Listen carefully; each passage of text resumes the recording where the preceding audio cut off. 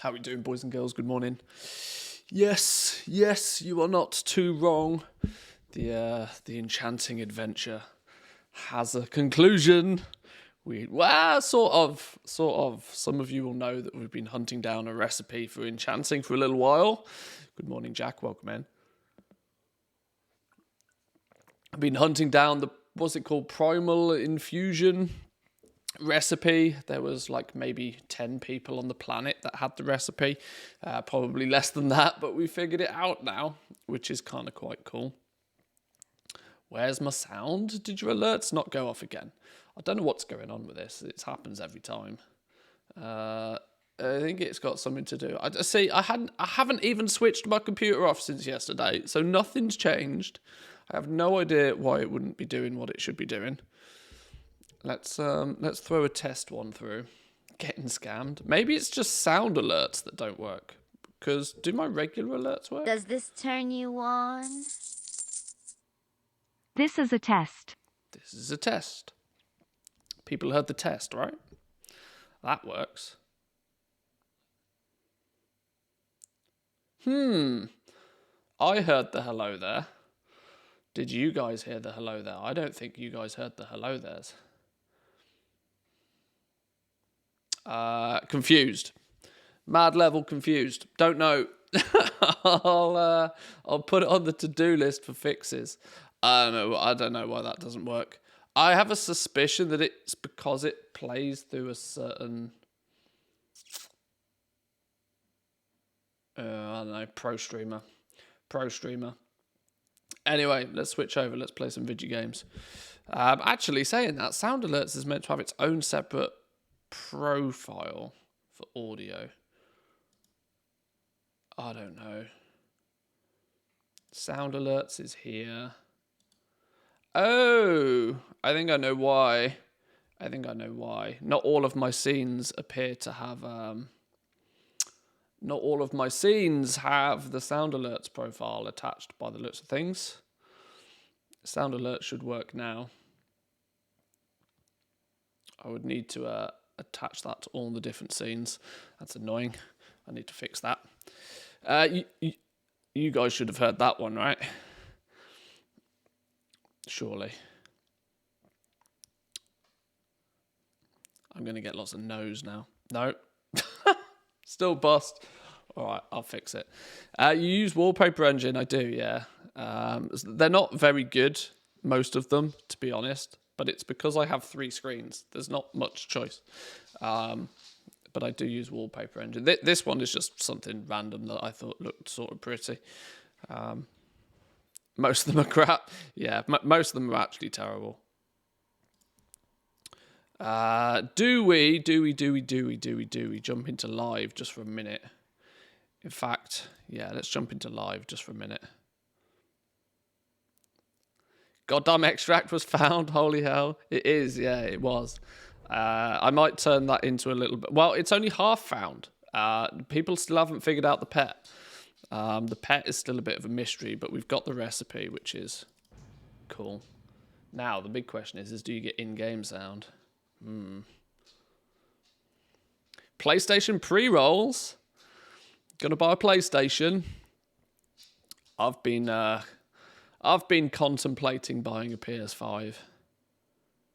But you know, I like you see over here, you can see I've moved the sofa. I'm planning to have TV on the wall, sound system, probably PlayStation, you know, that sort of thing. It's something more social gaming is what I kind of want to get going on over there. And I thought a PS5 would do pretty well for that. But not quite decided. You can finally buy PS5s, which is kind of quite nice. Only, like nearly 2 years after they came out or something silly.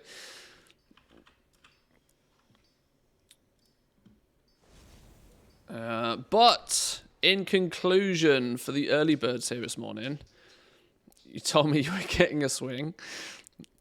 Yeah, different conversation. In conclusion, though, if we take a little bit of a look in enchanting, I now have the Primal Invocation extract pattern. Yes, I do. I have the ability to make this. My question is I did craft a bunch and I did post a bunch. My assumption is that none of them sold, though. I don't expect... Oh, I did sell some of them. I sold 5. So, I sold a few things.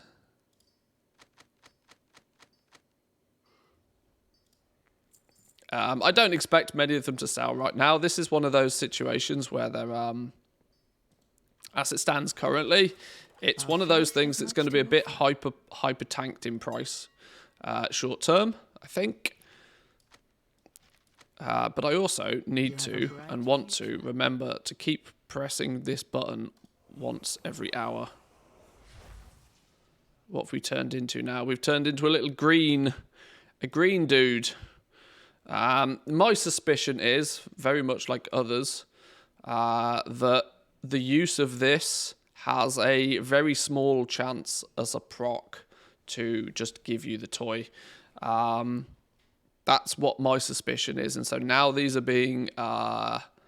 more people have access to the recipe and pattern. I will spill the beans on how it works in a minute. But as more people get access to it, I would go as far as to say that more people will use the thing on an hourly basis, and eventually I assume somebody will figure out how to do a supreme invocation and to get the toy, which obviously the toy is then permanent instead of it being an on-use item that at the moment costs sort of minimum sort of 5k per, if we look at the price of these currently. Yeah, you can see a bunch of people have figured this out since yesterday. It was worked out. In fact, if we look at this through TSM, browse primal invocation extract, we might be able to get a bit more information on just how many people. Yeah, see, there's a list of names here. A list of names are people who have figured it out already. There's only a few people, actually, with the quality 3s. That's interesting. The quality 2s, though, are much, much easier to make. One dude has got 100.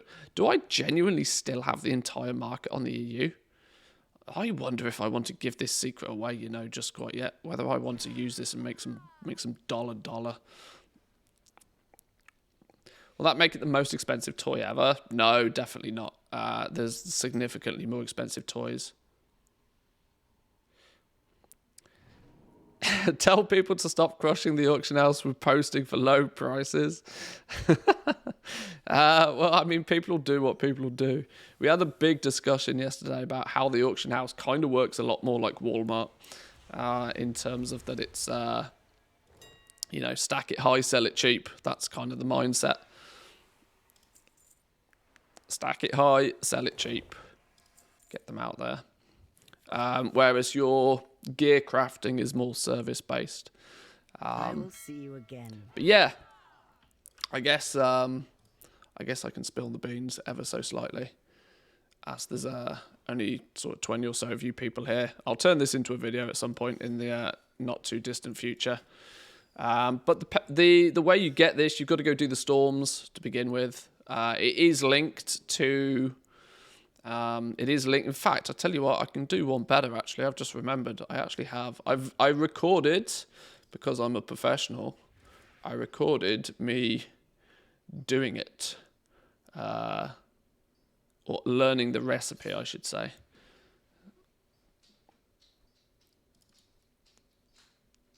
So this was my discovery of the pattern. I didn't discover it. I cannot take any credit for discovering it. But this was me unlocking it. So you have to make the pet, the Sophic amalgamation. The Sophic amalgamation is the pet. Now, the funny thing is this is why it took people nearly 3 months to figure this out. You disenchant the pet. Believe it or not, you disenchant the pet that you make, and hey presto, you get the glimmer of order, glimmer number 5. With glimmer number 5, you then disenchant the glimmer. You get your 15 artisan's metal. You get your 3 knowledge points. That doesn't strictly give you the recipe though. That's, you know, the glimmers are just, you know, a thing. I don't think that actually having the glimmers or having acquired all 5 glimmers first is a requirement. But the trick is very simple. You disenchant the pet. Disenchanting the pet has a chance, not a guaranteed, but it has a chance of giving you the recipe. Now, luckily, in today's market, the pet is not too expensive in terms of material costs. You can see here 3 resonant crystals, 3 awakened order. I made a bunch of them because I didn't know how many I was going to need. But yeah, you then go and disenchant some of these. And there is a chance upon disenchanting the pet that you get the recipe. And you can see there, boom, hey presto. Primal Invocation Extract. So it's a bit, we don't know if getting the 5 glimmers first is like a prerequisite to being able to get it, whether you can just go to the auction house, buy the pet, and ask an enchanter just disenchant the pet. We don't know. I could probably test that on an alt actually. So I have an alt that also has enchanting that has practically no knowledge points spent in anything in this regard. Maybe I'll do that actually. That's a really good test. Who Barney McGrew. Let me make a few of these just real quick. Oh, I got a bit of the thing. It's quite a cool way of discovering a recipe. I've certainly not seen disenchanting a pet to be a thing ever before. Or at least not that I can remember. Let me make a few of these.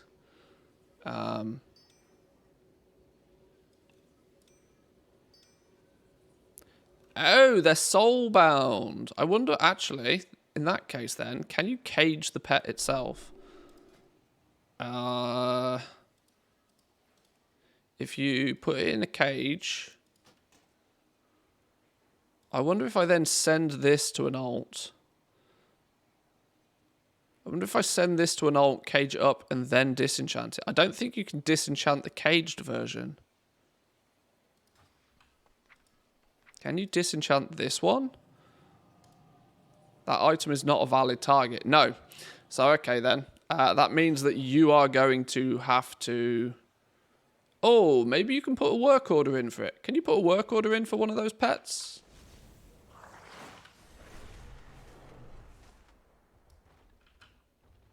If you put a work order in, battle pets, Sophic amalgamation, you can put a work order in for this.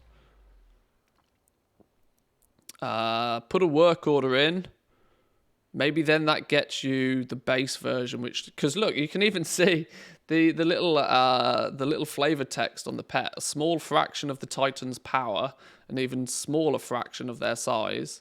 So it does kind of hint to you that, oh, you know, there's something in this. It's quite clever by Blizzard. But it's, yeah, maybe you can put a work order in for the pet, have an enchanter make you the pet via a work order. And then you can disenchant it as an enchanter. That is probably the way to do it, so that you maybe then don't need to put points into primal extraction. I should also point out, obviously unlocking the pet naturally comes at 20 points in primal extraction. It's not been tested, at least to my understanding yet, if you can do it without this. So this, once again, you might, you know, if you want to do it completely yourself, you need 20 points in here to unlock the Sophic amalgamation, and then, you know, everything happens. But for reference, this is the spec that I had. I had the full 40 points. Now, I don't know if that's 100% needed, but it's what I had. But either way, it's quite cool. The next adventure, though, the next adventure is working out how the flipping hell you get the toy. There's clearly a way to do it. clever people will do clever things and work it out. But there we go. Okay. I wasn't going to spend too much time on this character anyway, because I said we'd jump on the PTR. So let's close that down. Let's go and investigate. Investigate the 10.0.7. Copy my hunter across, I suppose, because he's a jewel crafter as well. Double bonus. Had my first inspire. Ooh, hello, loud. I haven't loaded the PTR for a while. It's loud. Oh! Oh! Ah! Shush! Shush yourself. So loud. All the louds. Woo!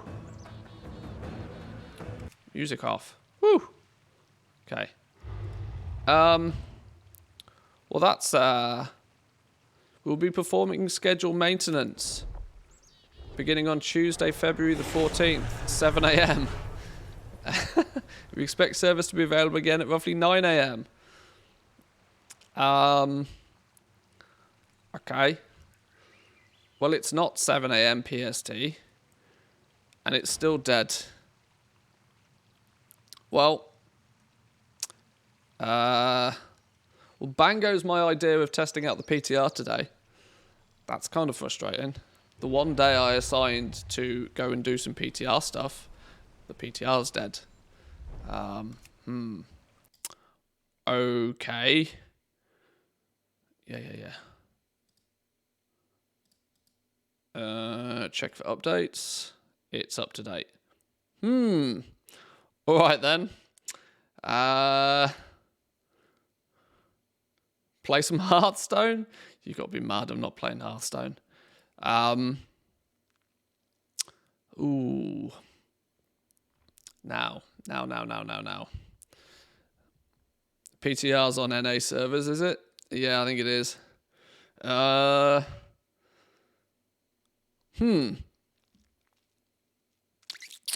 Okay. Hadn't planned for that. I guess we just play retail then. I can keep myself busy quite easily in retail. That. Oh, okay. There's lots of stuff I could do in retail, but the reality is most of it is just leveling and grinding reputation.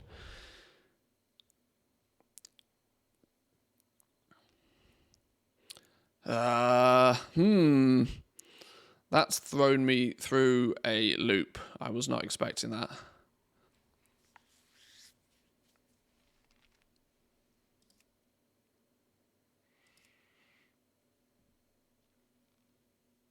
Let's do some mount farming. I'm really tempted. How much reputation with who do I need to get my engineer to get the jewel crafting tool, Casgarite rod thing, or whatever it's called?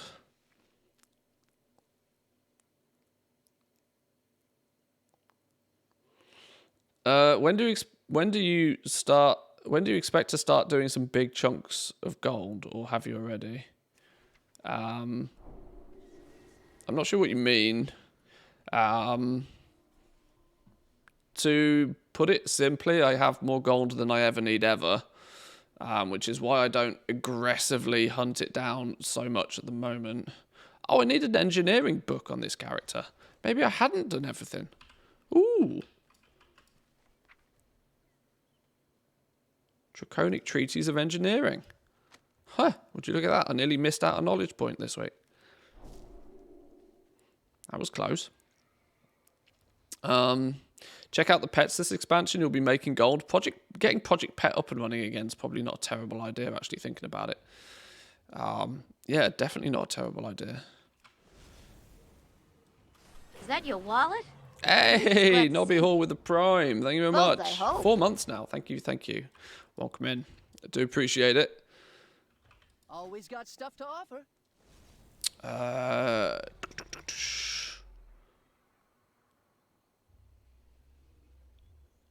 Is it not with...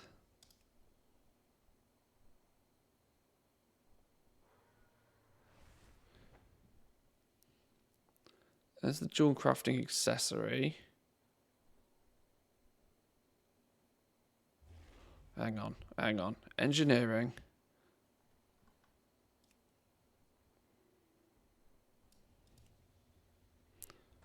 Where's the better version of those?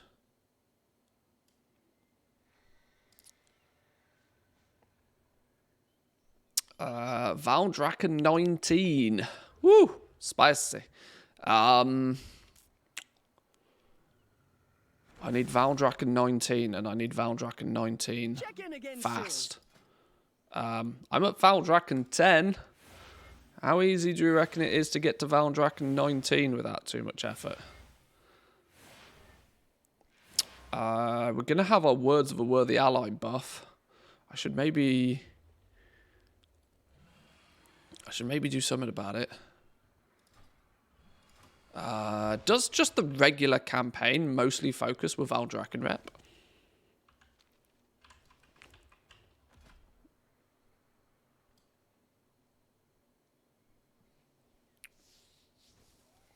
Suggestion number 327, see how many Tuskar tackle boxes it takes to make a Dark Moon deck.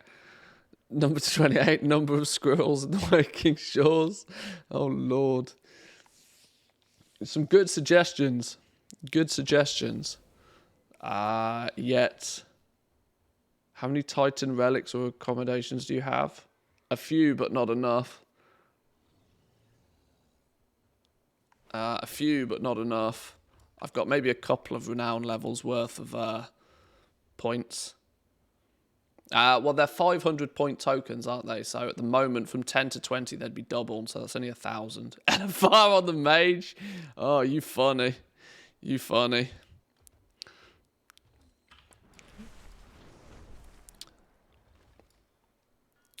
Where's the quest?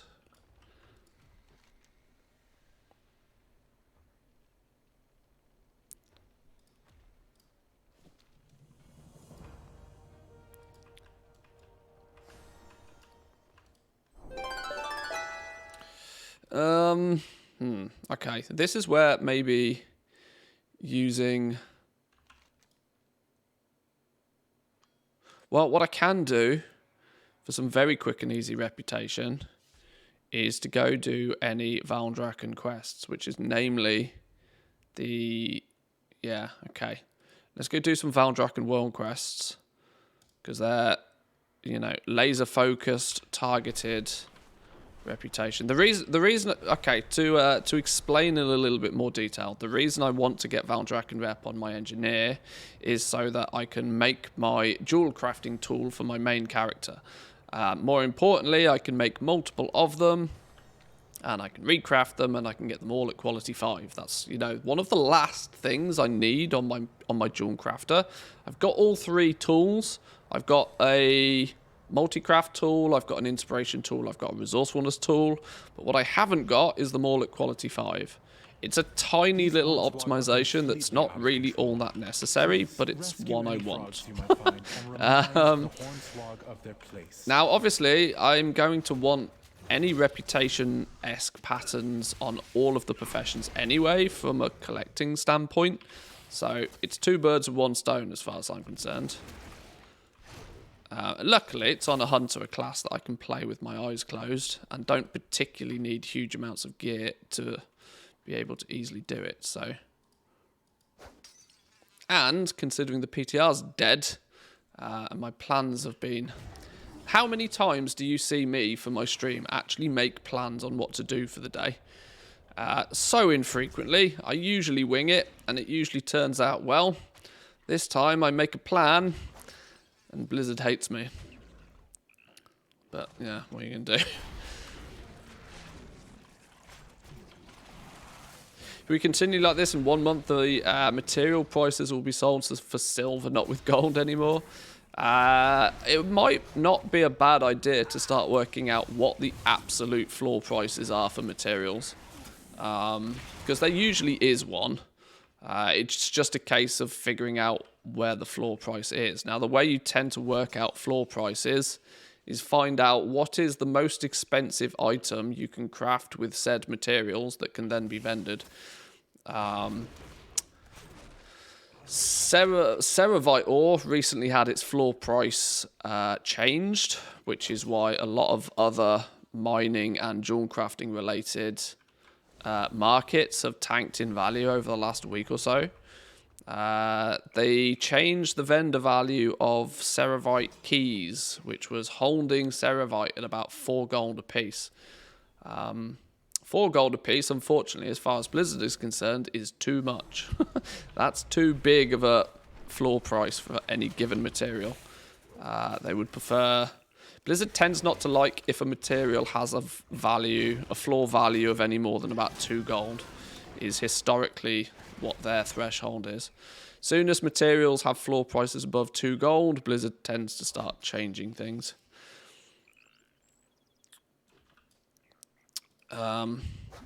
So yeah, in relation to the single change of Ceravite, in turn also meant that the average price of Ceravite could go further down than it did, which in turn meant that people prospecting it could prospect it at a cheaper cost, which in turn pushes the price of all the gems down, which is why some of you may have noticed Quality 3 diamonds have taken a bit of a dip in price. Because Quality 3 diamonds have taken a dip in price, the cost or the going rate for Draconium is also dipped in value. So you can see there's a knock-on effect. Blizzard only has to change one thing, and it can actually have an effect on quite a few different markets.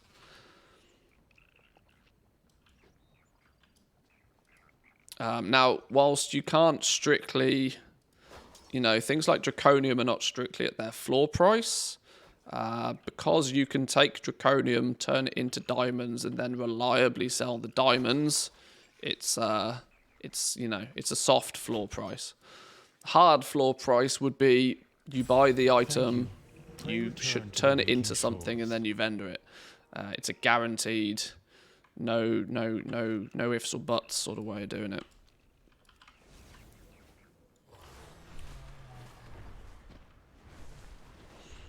You can view them easily if you choose Valdrakken on the bottom left of the drag. Oh, you can as well. Yeah, that's a very good point. I forget that that's a thing.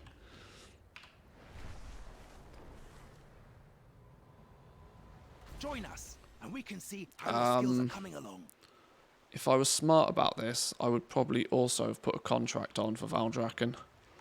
The chances of me having one in my bags is none. So then we won't. The waters flow once Go.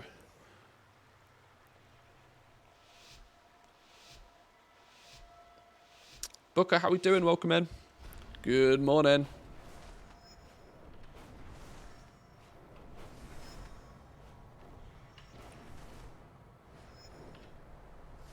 Oh, I ran out of vigor way too fast then. Too spam happy.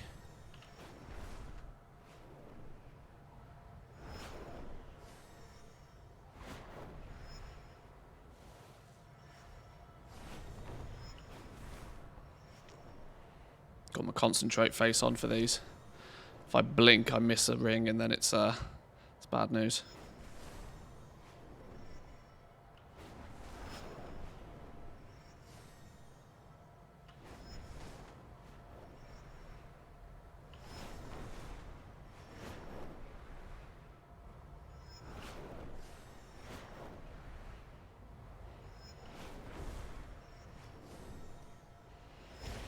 Boom.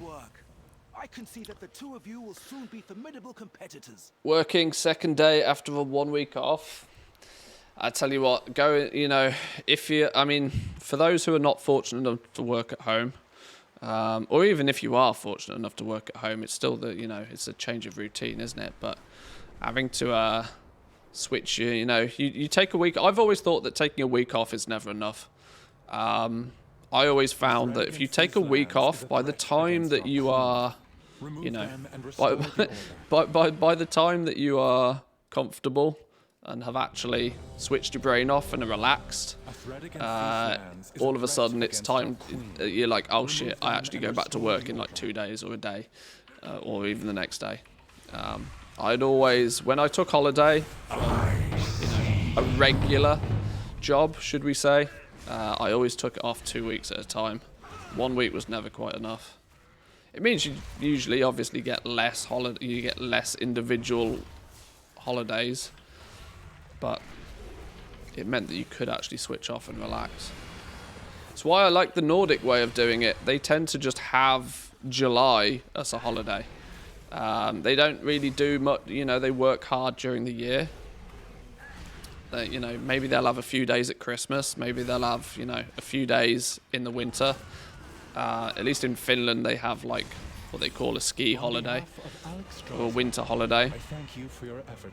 But under normal circumstances, most people just take 4 weeks off in either July or August, because then you can properly like just actually chill out and relax. It's quite clever.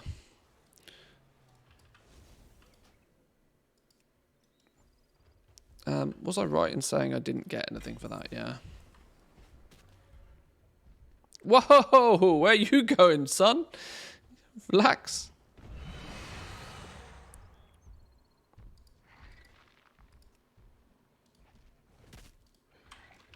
Hang on. Hang on. Hang on. Dangerous sitting there. Dangerous sitting there. Why in the world is all of these? Oh. It's telling me to go and get chests, apparently, and to kill rares for Valdrakken rep. Okay. I see you. Who be this? A rare. We always pew rares. Oh, it's miles off. I ain't gonna get there, am I? 20 seconds. Can we get there in 20? Is he gonna be alive in 20 seconds? Oof.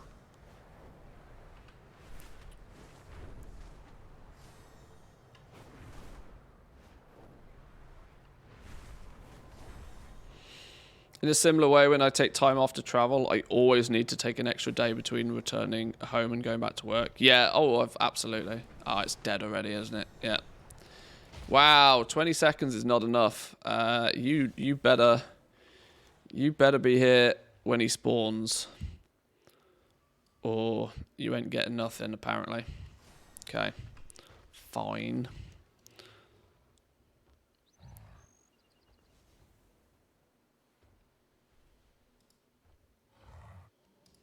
Let's go do that flying one then. Can we put Valdrakken as an experience bar? Oh, hello. That's not what I wanted. That button.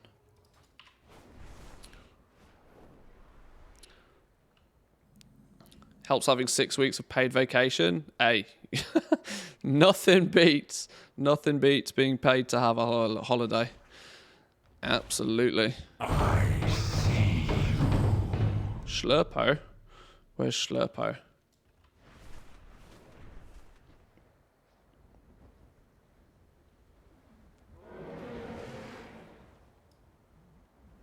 Once again, with negative vigor, I'm not going to get there fast enough, am I?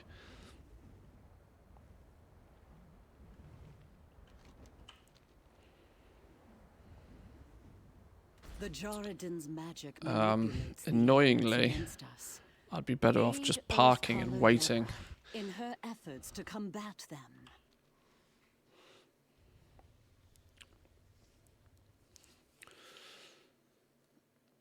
Best is coming home 7 AM from 3 weeks of travel to go directly to work. Yeah, fun. Must admit, in recent years I can't relate, which is a very luxurious position to be in.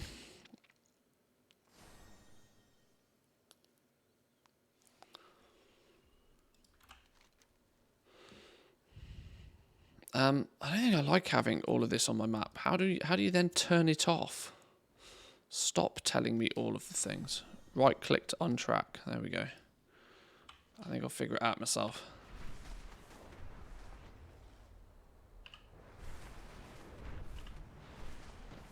Is that your wallet? Or are you just glad to see me? Both, I hope. Belly with the prime. Thank you very much. Welcome in. Good morning to you.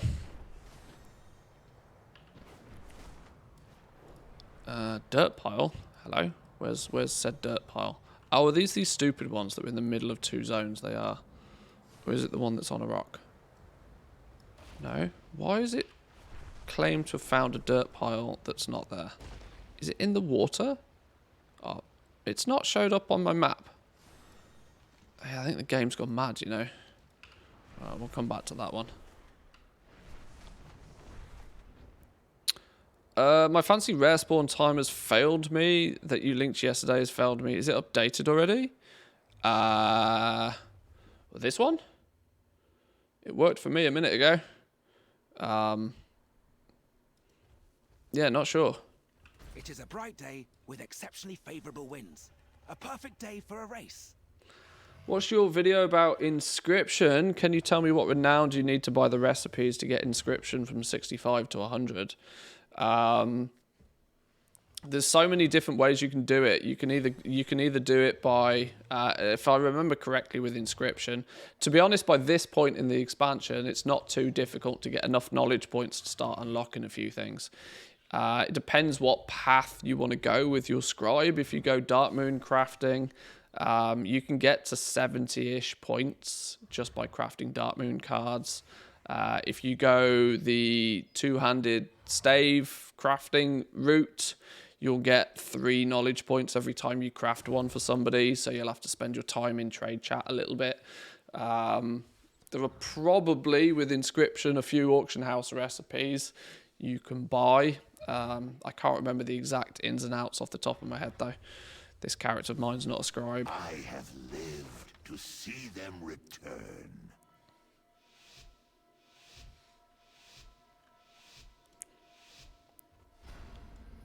But the reality is, I think with most crafting professions,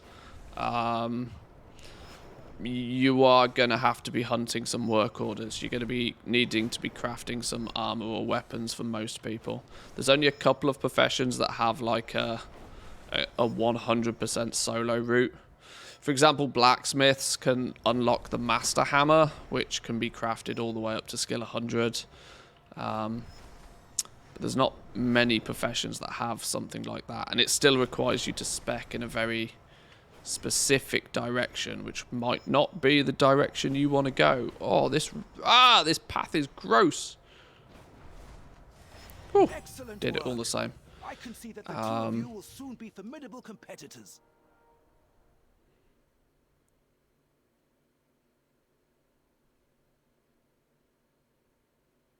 That's a Valdraken quest. Cobalt assembly.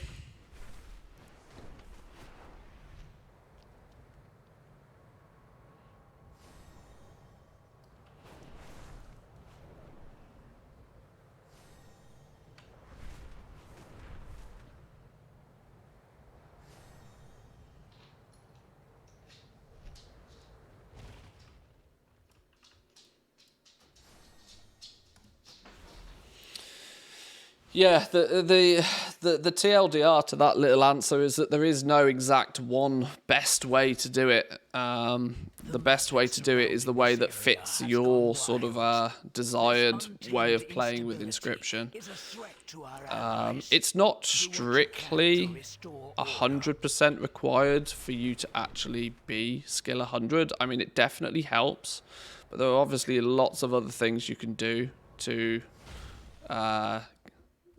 do reasonably well with inscription still. You can make sure that you have your tools up to tools and accessories at tier 2, the rare ones. Make sure you've got those, and if you've got them at reasonable quality. And the simple thing of just gather as many knowledge points as you can get your hands on. It really is a case of the more, the easier.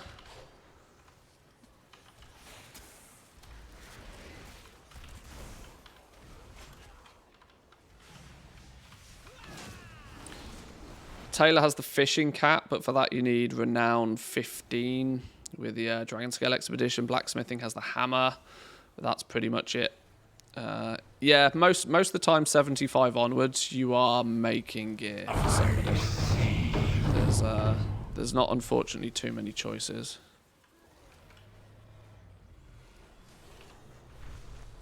Where's this rare then?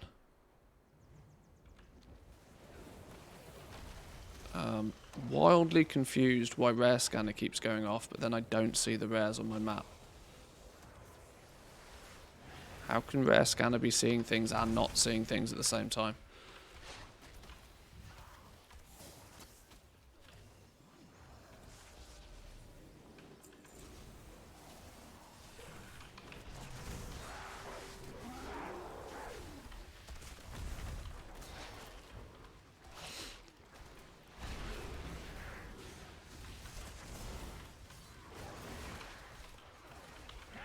I'm at a position though where I might start be able to do some more complete profession guides. Pre-Dragonflight, obviously, all I really was focused on was getting a sort of a 1 to 50 leveling guide done for people. Go buy these materials, and this is your first stepping stone into a profession. Now, I know you could argue that it's a bit late in the game already for this, but the reality is it takes time to unlock everything and figure everything out. Some more fully complete, you know, maybe going as far as to say, right, use this leveling guide to begin with, then where do you go from that? Then what markets are available and what open up to you? Because a lot of people are dooming and glooming that, oh, there's no point leveling professions now, there's no profit in anything.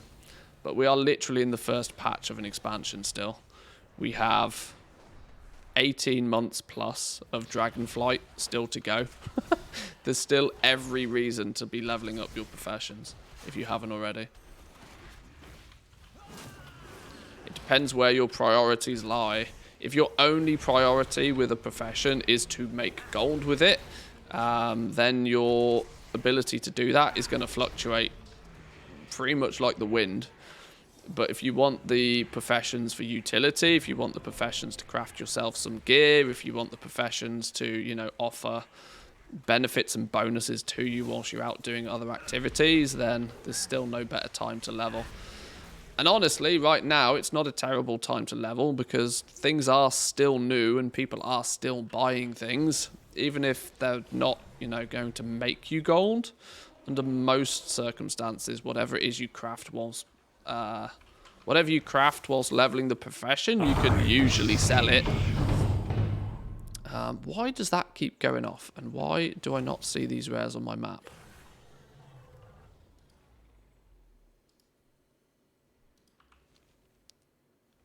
These aren't even...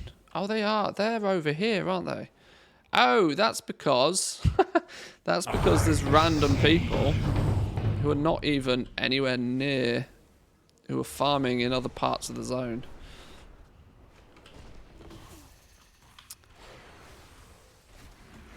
I forget that Silver Dragon has a group link thing.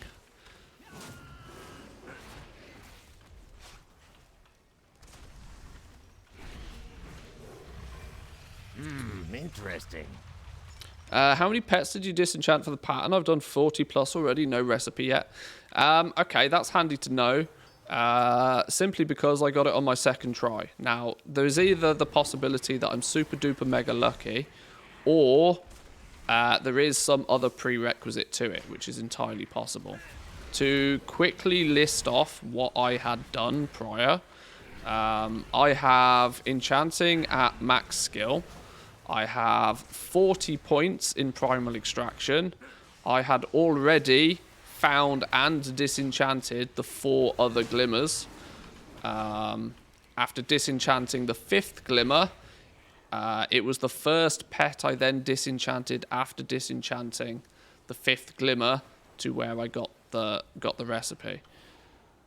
So from that, maybe work out what on that list you haven't got and do it.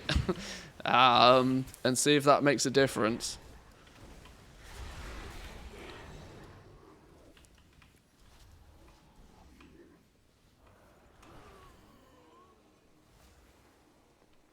What do you reckon should be the focus for making gold right now? I managed to make my first mill on mission tables in Shadowlands, made a bunch from the big gold rush at the expansion, but not seeing too much that's profitable right now. As it stands right now, and as it has been for a couple of weeks, I would say that any form of crafting is purely for your own personal gain. Most crafting outside of crafting gear for other people Anything that goes on the region-wide auction house right now is a sub 10% margin. Crafting is super competitive right now, and in many cases, even if you're fully optimized, you might be getting less than 10% margin, which is fine if you can deal in bulk, but most people can't. So crafting is a bit of a tough cookie in terms of profit right now because it's super competitive. What is still incredibly lucrative and an absolute cast iron guaranteed way to make gold is farming. And by farming, I'm talking about going and getting the materials all those crafters are buying. Gathering is just off the charts right now. It's still super lucrative. You're not making 100,000 gold an hour. Not anymore. You gotta reevaluate your expectations. We're at the period in a patch where we're at the tail end. Most people have completed the raid, or have done what they want to do in the raid, or maybe progress. Lesser aggressive guilds are probably still progressing on bosses, but the core player base is now mostly done with this tier. The floodgates are opening for catch up.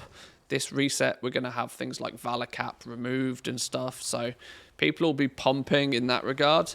But it's the tail end of the season, so people spend most of their gold at the beginning of the season. That's when people will be willing to spend the gold to gain an advantage and to do things at speed.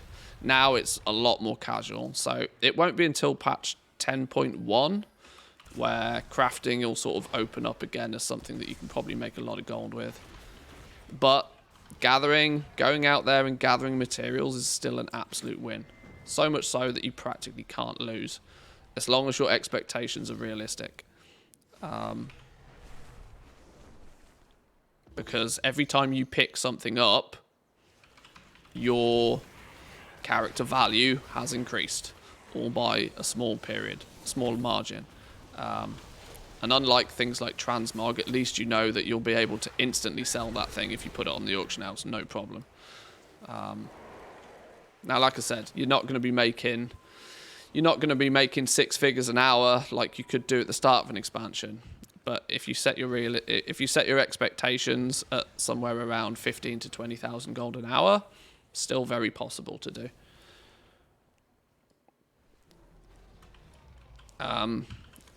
My approach right now is just making sure that I've got everything that I want before we move into a new zone, a new patch, a new reputation. So this is working on getting the reputation on your alts even. I have a suspicion that the recipes that are unlocked by these reputations we're going to carry through most of the expansion. So getting access to them now may not make you a lot of gold right now, but it does mean that if they add like a new optional reagent that ups the item level of something, if the meta for crafted gear switches, you already have the recipe, you can react fast. And that's quite important to me, that I have the things that are needed before they're needed.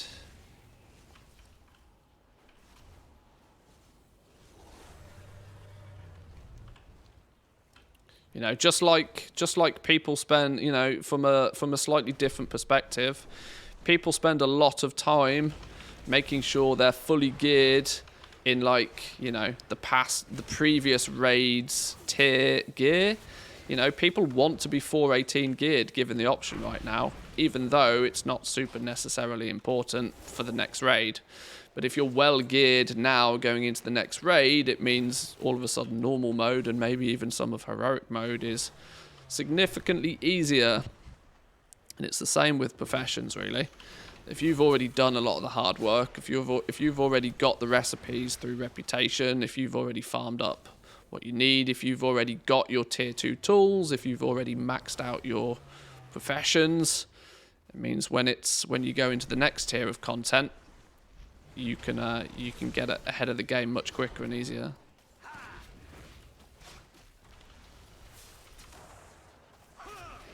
The gold rush always happens at the start of a patch, so this is why I say that being prepared for the start of a patch is important.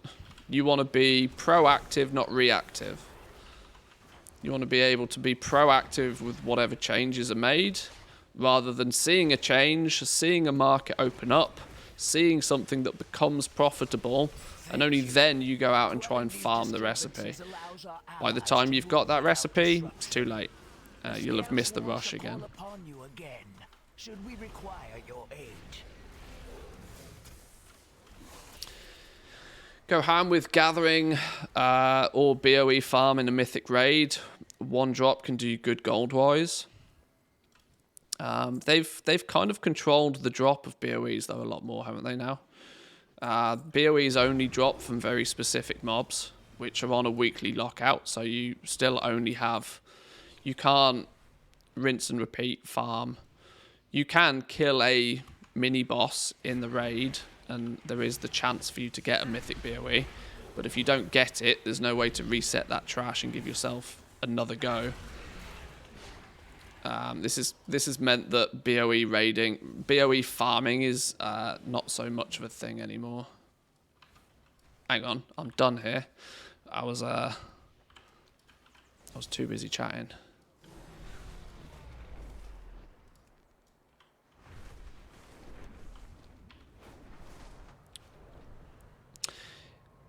In this case, I totally hate it that dual crafting getting another almost must-have item with the primordial gems in 10.0.7. They already get the epic rings and the lariat.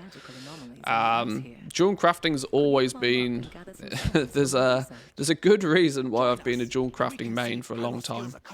That when you make rings and necklaces, you're always going to find people that want rings and necklaces.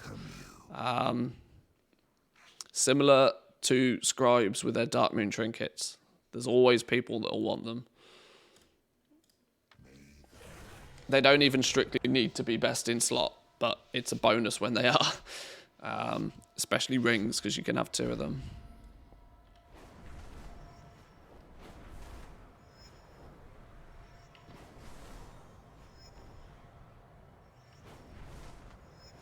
Oh my god, the trees.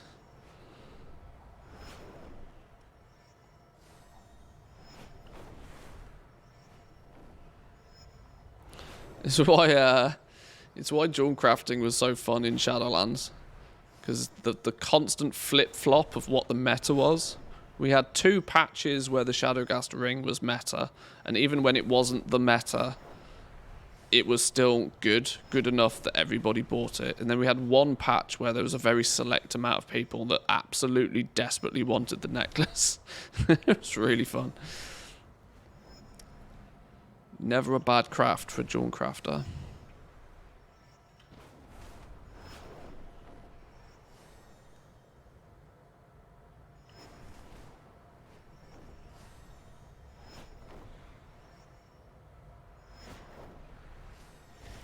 Excellent work. I can see that the 2 of you will soon be formidable competitors. Oh, we're still only Valdrak in 10. This isn't getting as far very quickly, is it? Any more. Centaurs, Tuskars, Dragon Scale, Tuskars.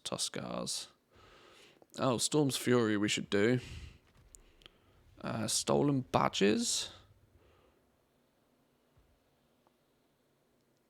Let's do Storm's Fury, I think, because there's also... Yeah, there's 3 things we're going to need to do over here. Let's do Storm's Fury, unless that's an upgrade. No.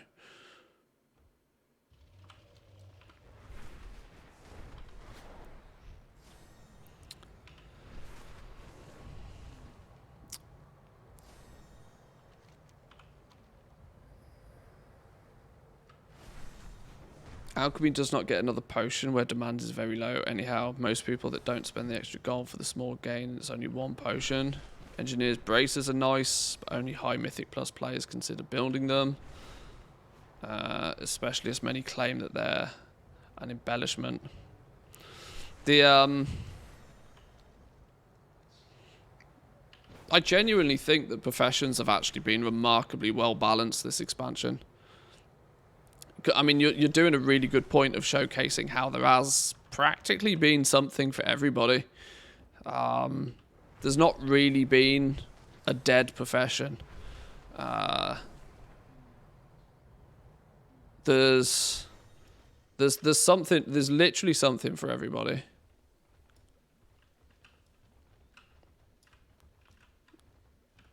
Right, do not wake up, dragon. Do not wake up, dragon. Do not wake up, dragon. Good, good, good. What's this one? Another scout pack.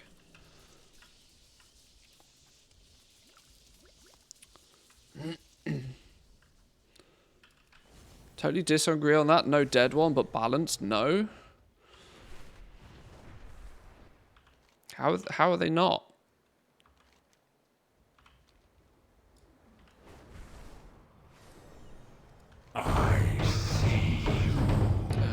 I should probably kill that rare. Where are you?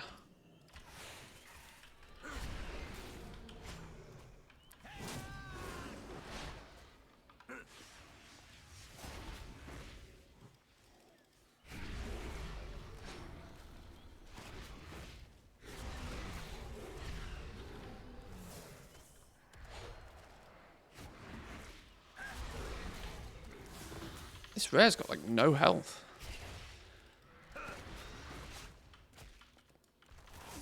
Easy kill. Yoink. Valdraken token. Don't mind if I do. Let's open that actually. Open that. Oh, hello. Been very underwhelmed by tailoring. The rest have been pretty good. What's going on with tailoring? Now, tailoring I've not looked at in too much detail. But the unraveling for tailoring was just printing gold for a long time. You also have the constant long tail of bags with tailoring. Now, obviously, the only slight problem with tailoring is that it's had a lot of problems with the cooldowns not working kind of like they should. But I can guarantee you that by the end of the expansion, most of your alts will probably be a tailor. The way that it looks right now, the way it looks right now is the long tail for many people will be in making bags. Because if they can actually fix this stupid bug with the charge system on Chronocloth and Azerweave, it will make a pretty solid market there. That's time gated enough that it will benefit alts, but it will not be super easy for any one individual person unless you have a bajillion alts to like really dominate the market.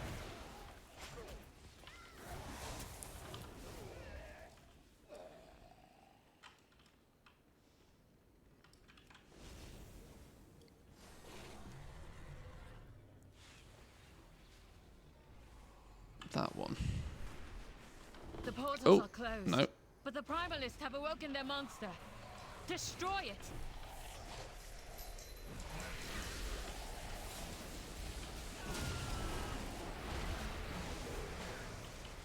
The Unraveling's dead now. Spell threads are still solid gold.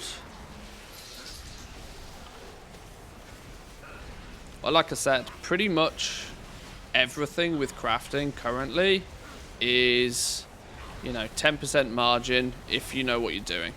If you don't know what you're doing, you're going to be taking a loss because of the competitive aspect of it. This was always going to happen because with the professions being brand new and revitalized, there was going to be an influx of people trying them out, trying to play with them and trying to utilize them for gold making. Like I said, gold making is only filling demand where demand is actually there. If there isn't the demand there and the supply is too great, then there's no gold to be made.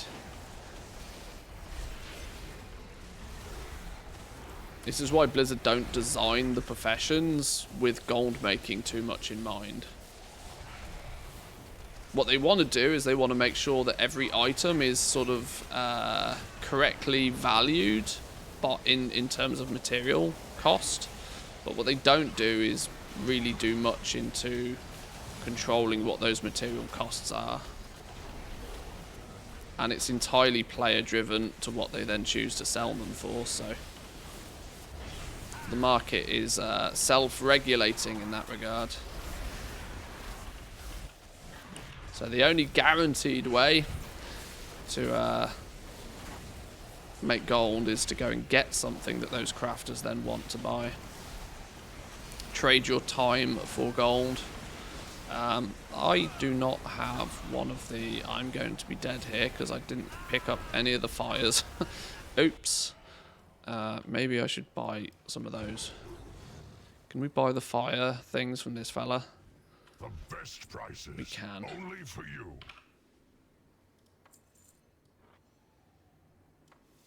Thank you for your business.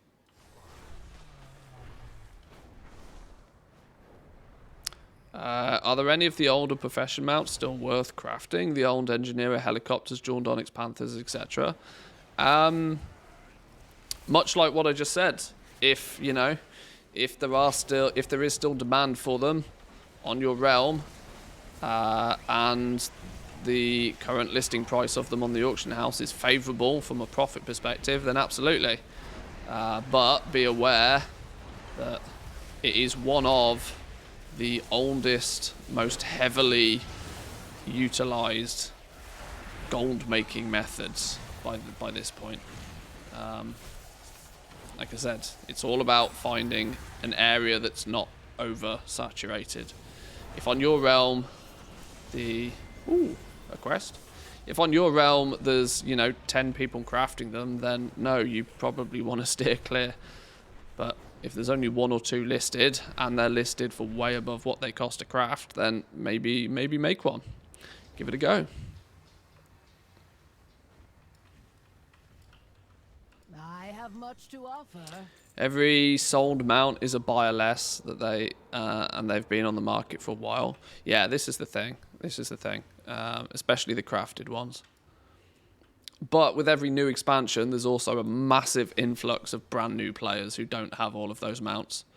So there's usually wiggle room. It's why it's such a almost evergreen market for some people, because there's a constant, refresh of new people that don't have those mounts.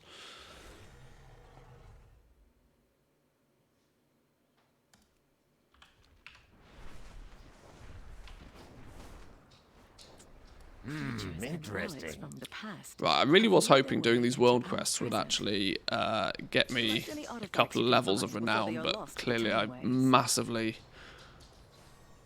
overestimated that.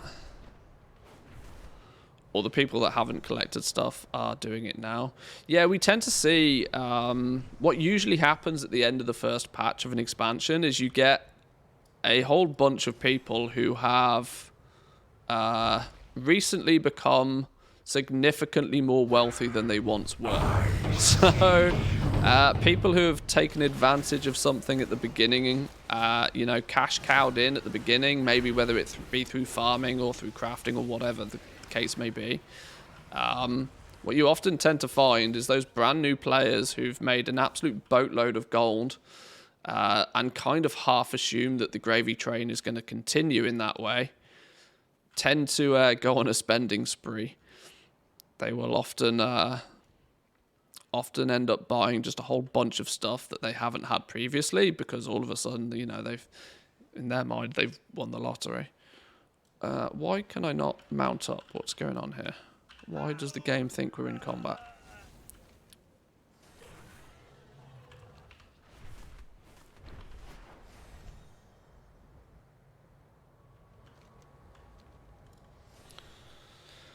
We're checking out the PTR later today. Well, we tried earlier. The PTR's dead right now.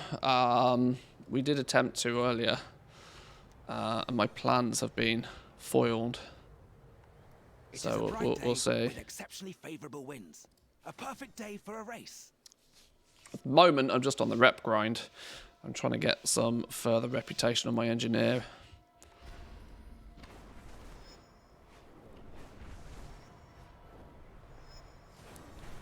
Which, whilst World Quests is not strictly the most optimal way of gaining reputation, it is the time gated aspect. I always like to get the time gated stuff done first, because then, you know, it comes around every few days, and then once we've run out of time gated stuff to do, then we look at doing things like you know, the regular questing and the zones and side quests and stuff, the more one-time rewards that don't disappear.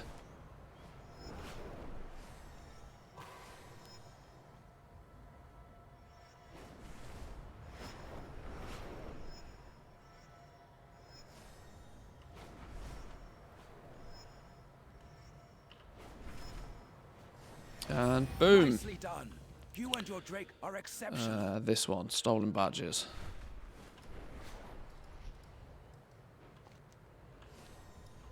That's not an upgrade, is it? Oh my lord, it is.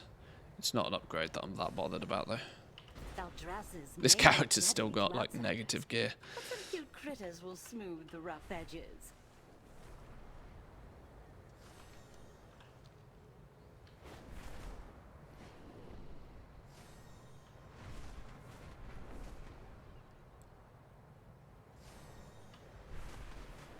Rebels have raided a caravan of medical supplies and taken them back to this encampment. What is this Claim quest? any that you can find.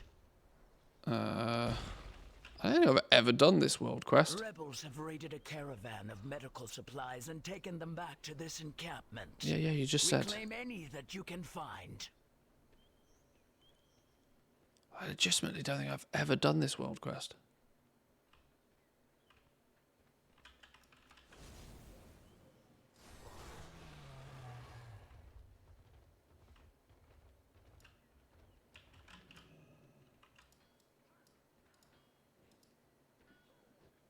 There's 2. Okay, we can't get through there. Oh, pawned aggro.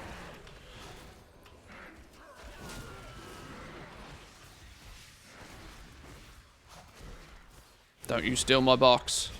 Don't you be stealing my box.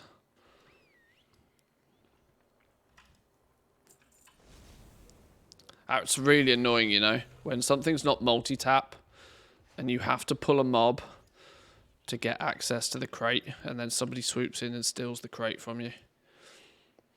Absolute scumbag tactics.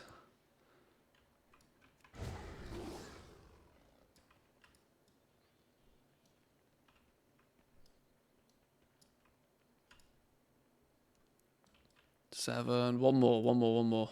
I don't particularly want to go into a cave just for... Although there's 2 here. Alright, that's cool. We'll get one of those. Can we just stun you and get the crate? We can. You have the thanks See of ya. the Draken.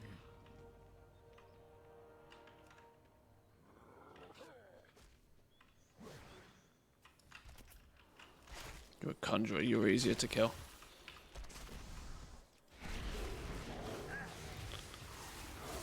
Looting the crates doesn't break stealth. Yeah, that's... I mean, I have camouflage. But I wonder if it breaks camouflage. It's a good question. In fact, saying that, I don't even know if I'm spec'd into camouflage. Die already. There we go. Okay, that's world quests done then. World quests are going to give us reputation. Now, I guess we can use Zygor to my advantage. Zygor, guide, reputation, dragonflight, Valdraken, go.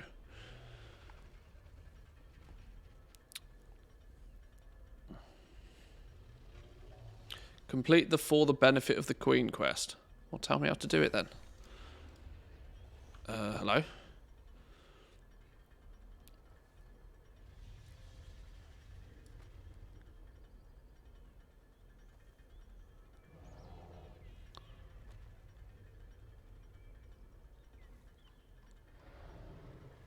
Me suspects I've done it.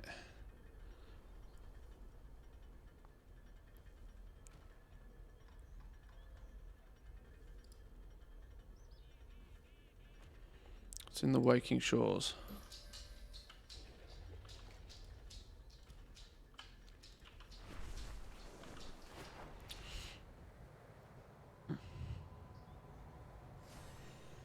If we can bang out some quests real quick, though. I think doing most of Thaldras's storyline, quest line, will get us to pretty high level pretty fast, I think.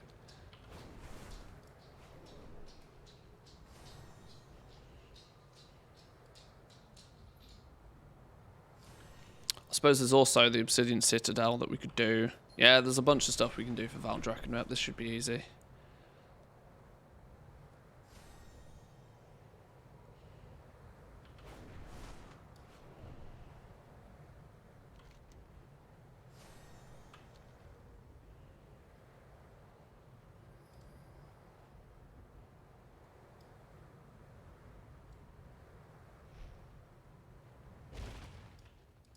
Ready to serve.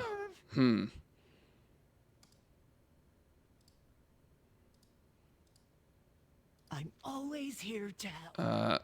Methinks that something's not working right. Why is there no...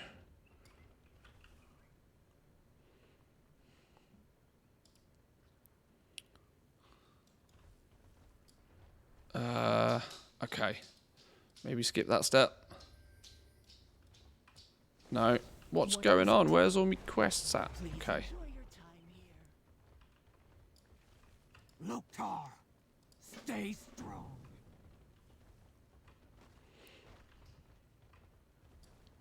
Our enemies will fall. This is all Dragon Scale rep. I don't need Dragon Scale rep. We have a mission to accomplish. Best of luck to you.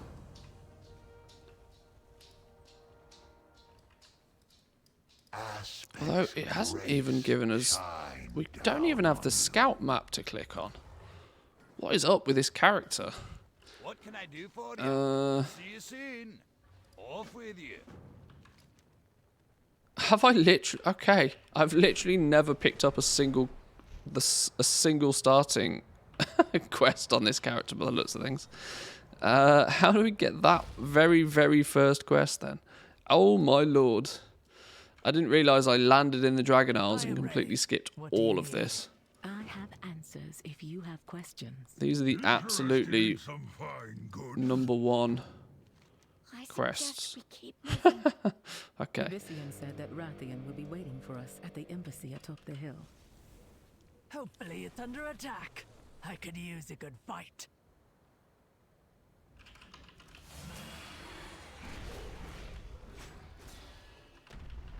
Why did my crab start with like negative health?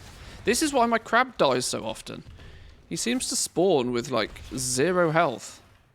I need to get rid of this crab. He's useless.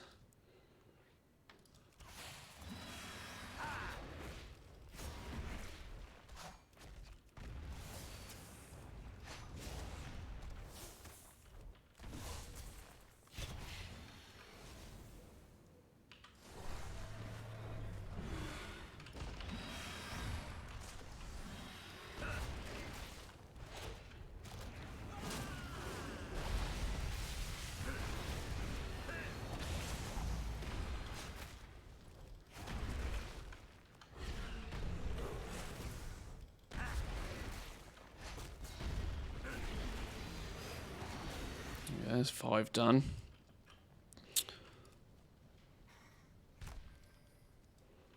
I must admit, doing Lawmaster for the 4th time, I think is a bit of a crazy idea. How, out of curiosity, actually, how are people leveling alts right now? Now that the Cobalt Assembly thing has been squished, did people just level their characters with the Cobalt Assembly and are now not leveling anymore? Or what's most people's preferred way of leveling now for alts? Are people just doing Lawmaster, doing the campaign?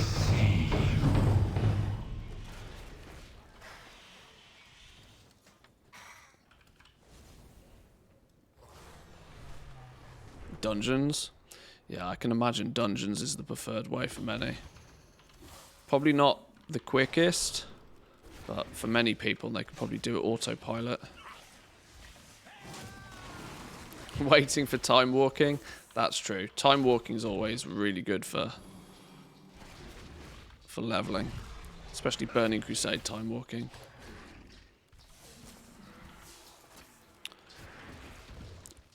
Brackenhide and Knockwood boosts. That's a good way. Yeah, yeah, for sure, that's a good way. Because there's pretty reliably going to be groups for those as well, I imagine.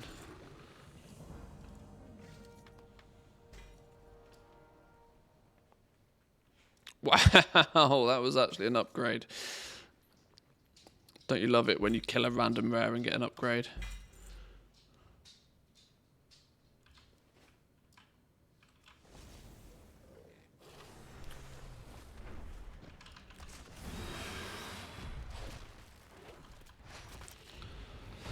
Questing, farming, flowers, ore comes pretty natural to me.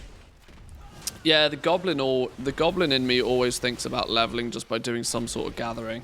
I'm not particularly a fan of doing too much farming normally, but if I can kill 2 birds with 1 stone, if I can get a character leveled at the same time, then I kind of think that, well, okay, maybe I'm not making huge amounts of gold, but at least I'm getting something else out of it as well.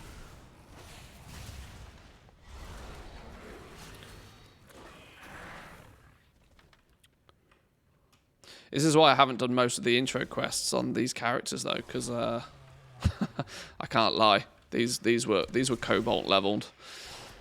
These were leveled up very fast via Cobalt assembly.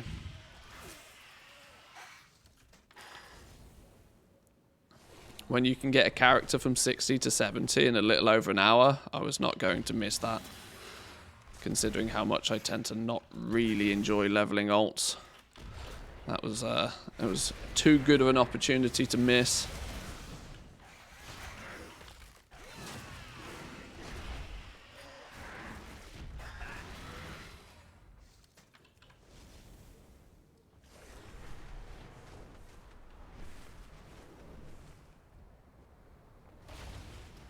Yeah, what do you want?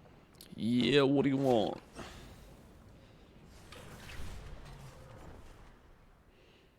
Oh, what? Wait, we still need scales.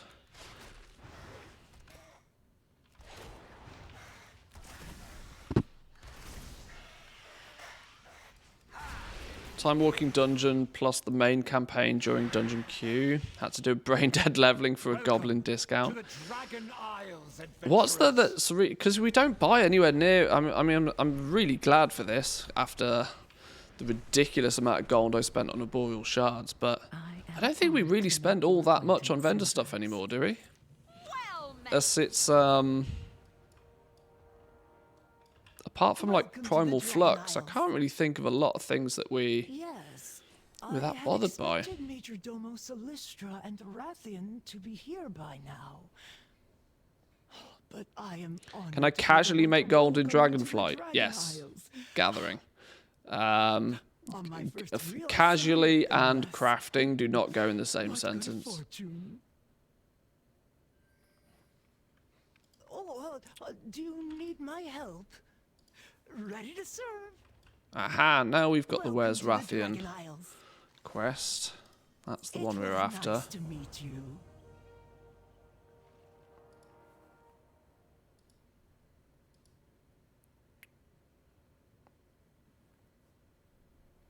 I'm always here to help.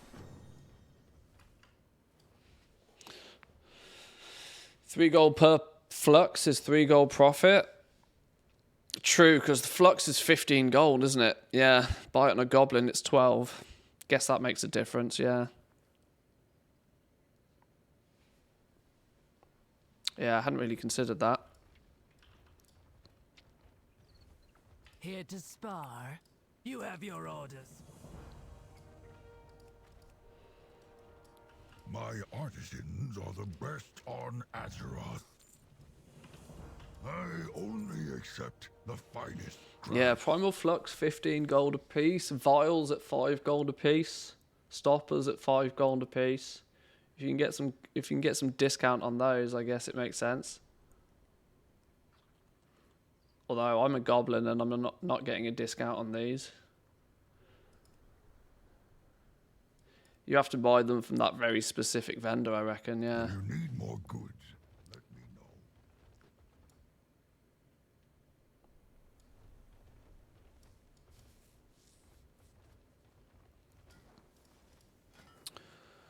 Why can we not select... Why does it only give us the choice of 3 zones?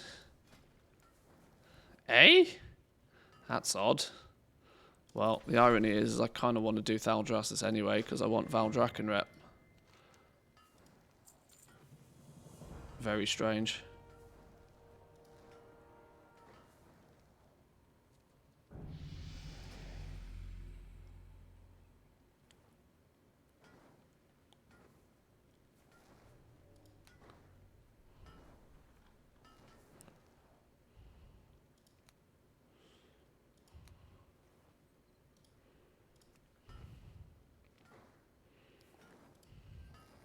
Okay.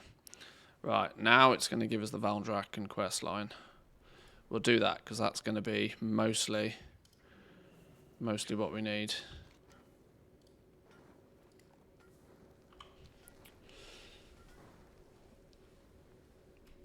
You can pick all of... Oh, I hearthed too quick. Oops.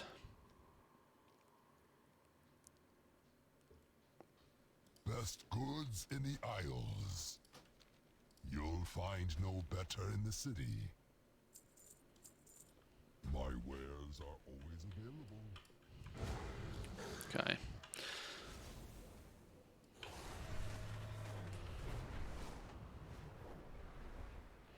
Talk to you. Oh, look. Loads of goodies. Loads of goodies.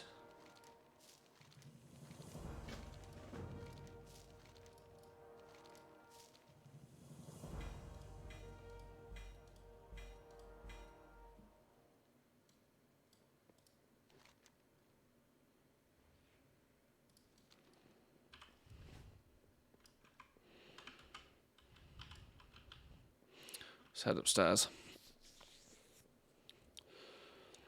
Is Zygor showing you the best reputation route?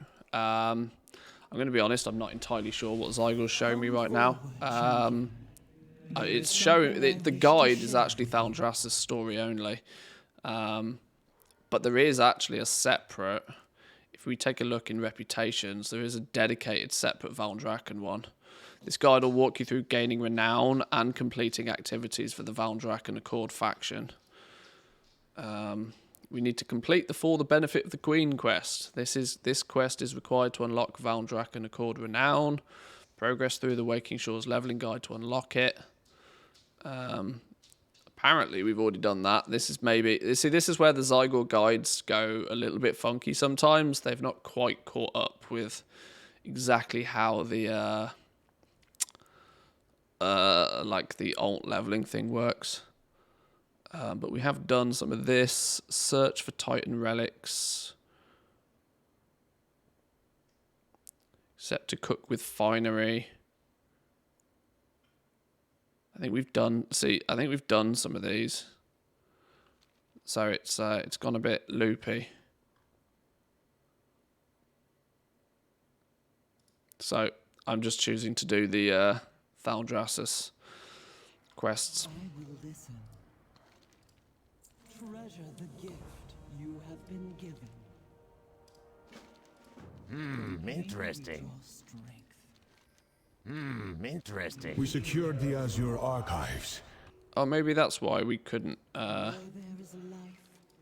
see the Azure span on the list. You to Captain Drine.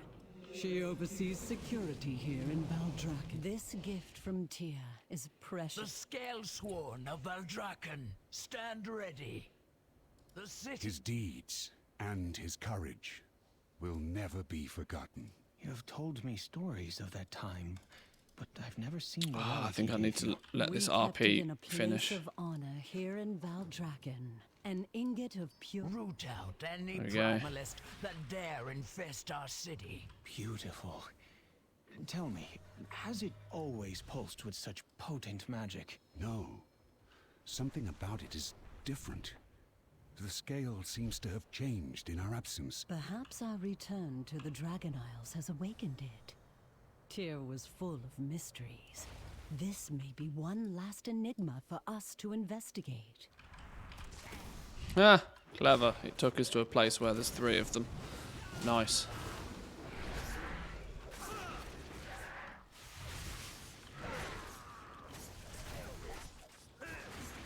Yeah, while I like Zygor, it's still got a few quirks in it at the moment. It's not as fluid to use as it has been. That said, I still think it's remarkably worth it. I use it practically daily.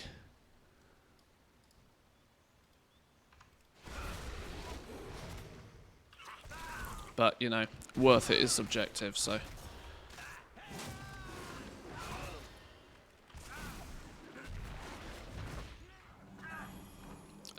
great, I healed my pet to full as he was already dead.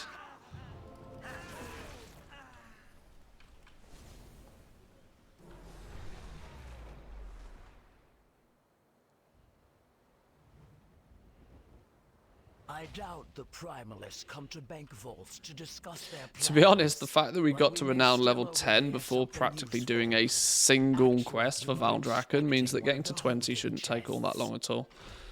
These quests are giving us like 200-300 reputation apiece, which is still doubled. Commander Aranog said it would be here. I have not seen him. Come to think of it, I have not seen anyone from Southhold come by today. Very strange.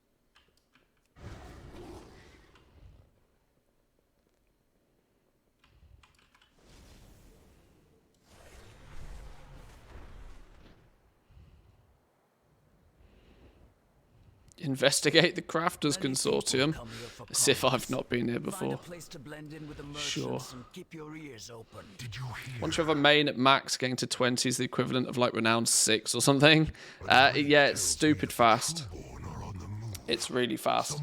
You get 200% rep bonus from 0 to 10, and then 100% rep bonus from 10 to 20. Now, I've gained like 10 renowned levels over the weeks just by doing the profession quests once a week. It's really fast.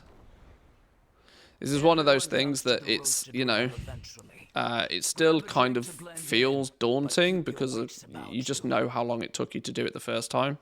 But actually, if you just sit down and do it, you can bang it out really quite quick. Greetings, brother.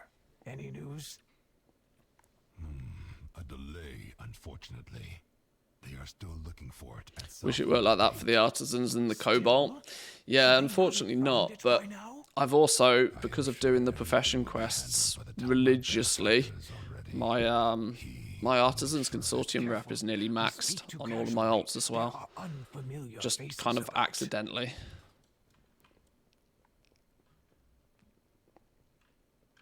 Cobalt, on the other hand, different matter. Different story. I don't even think I've maxed Cobalt on my main. Go swiftly. Valdrakken stands strong. There we go. Ooh, we got an epic upgrade.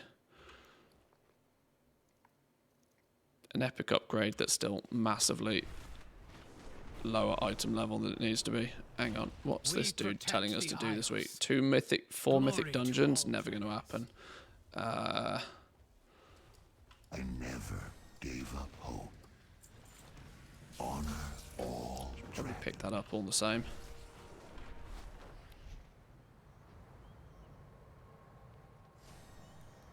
Getting Cobalt to high quick was great tailoring gold. What did they?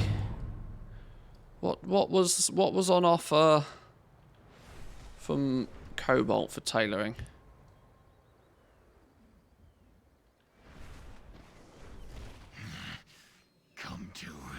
Oh, leg enchant. Yeah, that'll do it. Yeah, that'll do it for sure. Who are you?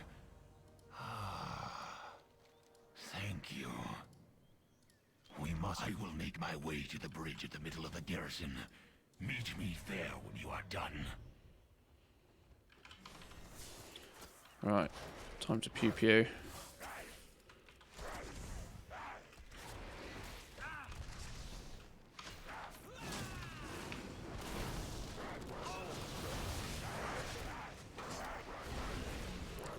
Blue Silken and Frozen Spell Thread for medium/high. Yeah, I can see why that was worth doing quickly then. Yeah, I'm yet to play with my tailor almost at all. I don't think I've spent a single knowledge point. I've not tried leveling tailoring much at all.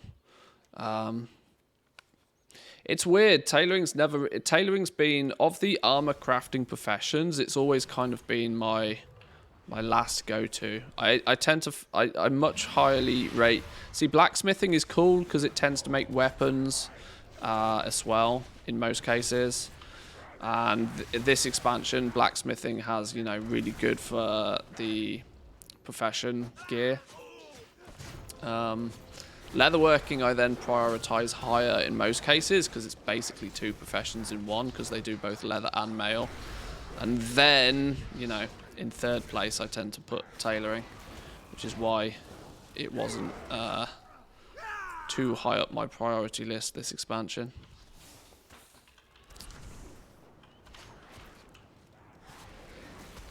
But, you know, if you so happen to be a cloth-wearing character, then tailoring's almost bis. So.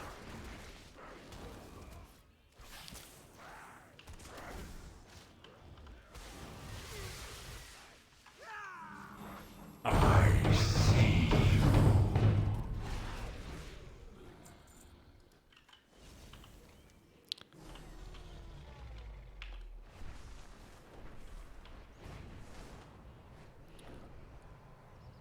Where's this rare then?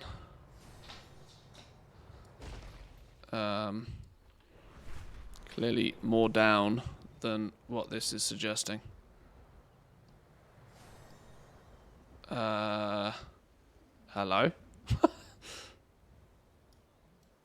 Haha. In the cave. Less dots! Oh, we're good. It's fine. Right. Nuke. I've got the tag now. Nuke. Right. Grab a drink. What up, doggos?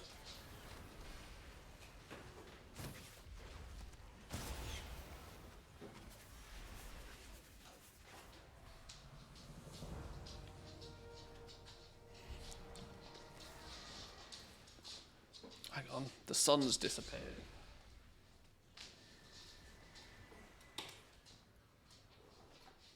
It's nice and sunny outside this morning. The sun seems to have disappeared behind a cloud again. I need to get some of those. Ooh, what's this? Trinket. Intellect trinket. Yay.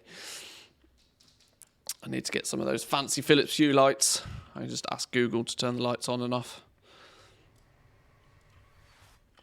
I've got some in the house, but not in the studio.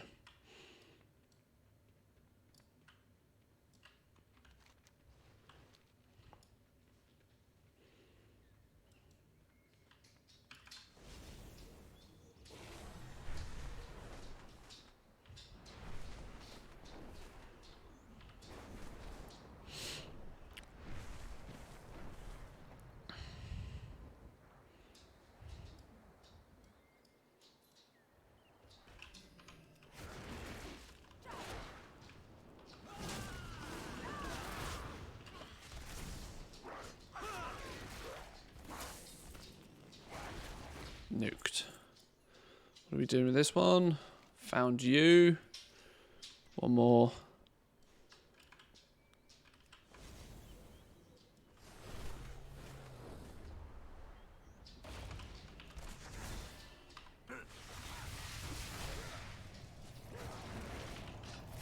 I don't know what Inferno Cloak does, but I don't like the sound of it.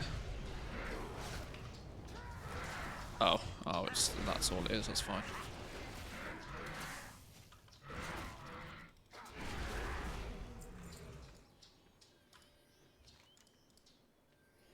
Okay.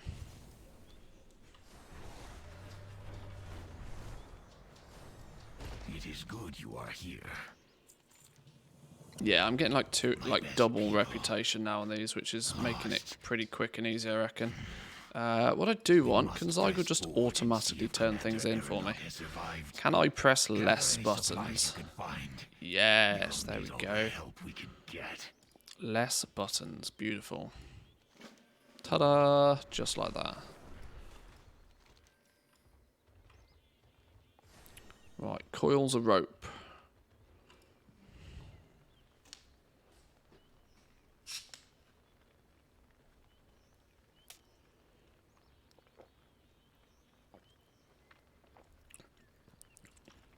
I'm not going to lie, when I saw the PTR was down, I was very tempted to open Steam and load Factorio. I'm going to have to give in to these urges before too long. I'm not sure if I'm going to do it on stream, though. Because whilst I understand that some of you guys probably have played Factorio and enjoy Factorio, more belts, yeah, the factory must grow.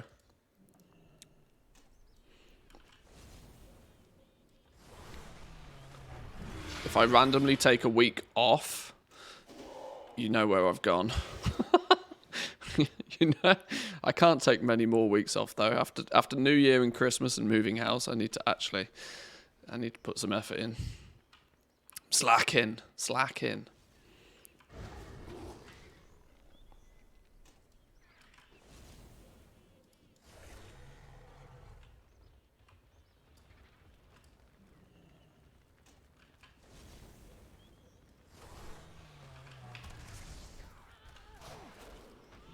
But yeah, the mention of C block yesterday kind of got my juices flowing a touch as well.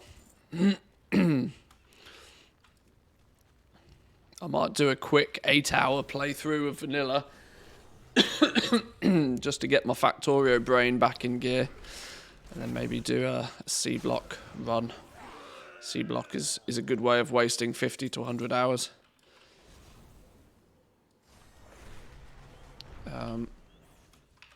I've not found many of these spears. Am I meant to be doing something with them? I don't think so.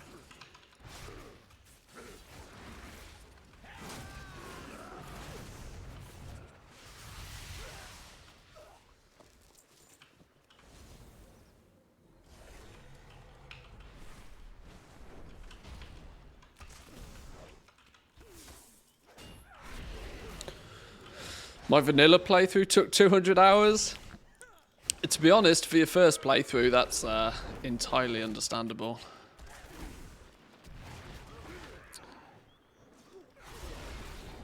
It's whilst it's very good, I suppose actually one of the best ways of describing it is Factorio always rewards you for exploration and trying something different. And this is why it's kind of quite fun, because there's strictly no wrong answers. If you need more of something, you just make more factories and you plug more things in. There's not technically wrong ways of doing things, but there are definitely optimal ways of doing things, which is why I think it kicks into like the goblin mindset quite a lot, that game. So you do the same thing with gold making, you know, you're trying to save costs, you're trying to optimize the way of doing things, you're trying to craft things faster, you're trying to, you know, it's the same sort of thing. And instead of biters, you're fighting the horde. That's practically it.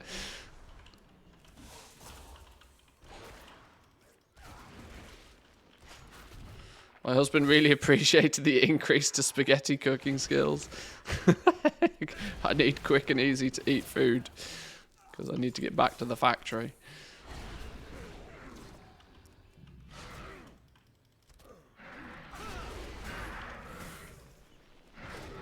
I can't, and to be honest, I kind of want to get into Factorio a lot more because I can't imagine it's too long now before they're going to drop an announcement for the like expansion, because they're clearly working on something, but they're not talking about it too much.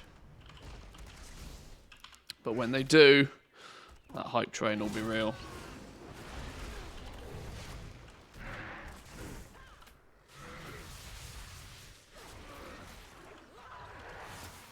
To be honest, I talk about Factorio so much on stream, I might as well play it on stream, to be honest.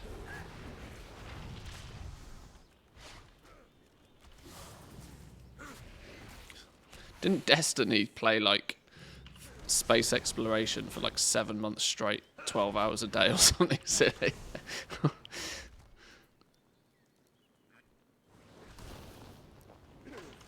quite a divisive character, I understand, but...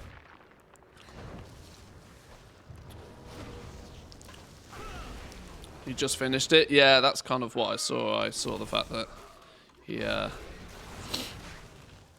finally finished it.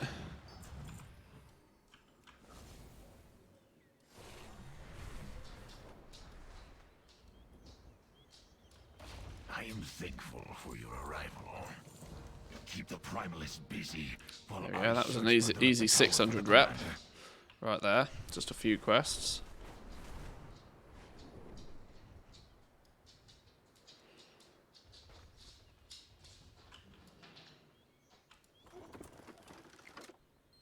What am I shooting? Magma Sworn. Okay. You. Pew. Pew. Get dead.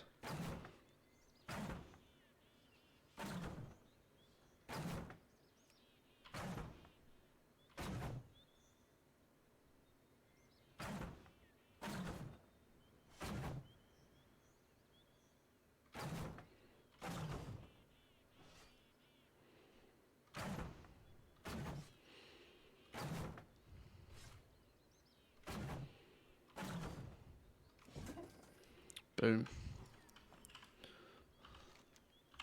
Yeah, this is kind of the reason I don't particularly want to play space exploration. As it will... It's probably, apart from Pteranodon, one of the biggest mod packs that's ever been created for Factorio. And it's also rarely completed in less than like 400 hours, which is a lot. I don't think I can quite dedicate 2 months of full-time Factorio just to space exploration. Not unless I was able to make videos of it and get 250,000 views a video. Which isn't happening.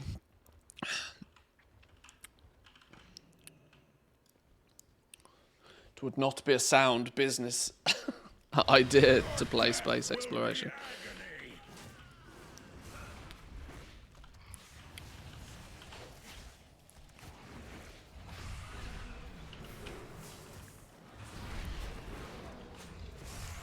That's where the hot tub comes in. Factorio in a hot tub. That's a real that's some mixed emotions right there.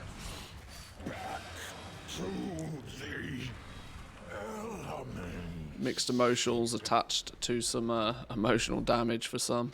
It is good you are, thank you, hero. Though Aranog's betrayal is painful, we have at least reclaimed Southgate Hold. Though my unit fell today, I will always keep the memory of their courage in my heart. May we never falter in our watch for further rebellion. Farewell, hero. Stupid turtle's always up. Always goes beep in my ear. A speedo run. I require a moment of your time, hero. That'll be a new category for speed running. Factorio, 100%, and any percent, a 100% run. I'm glad you've come. Factorio speed run. It could happen. Any percent clothes. Easy now. We can talk hot tubs, but let's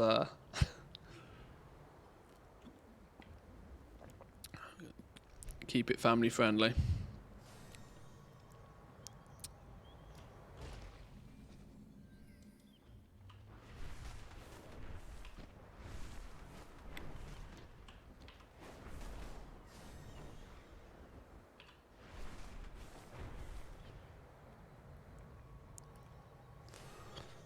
This seems to actually... Is this a story only? This feels like a story-only Interesting. guide. Oh, it is the story-only guide. Oh. I wonder if I should be doing the entire zone complete run. So that's more like, I reckon a lot of the side quests are what going to give me more actual Valdrakken rep, you know. Let's see. If we do the story is done. It'll be fine.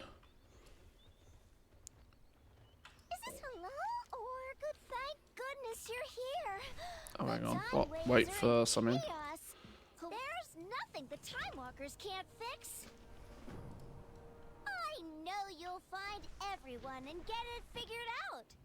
Meet me at the temporal conflux after. Where's this dirt pile?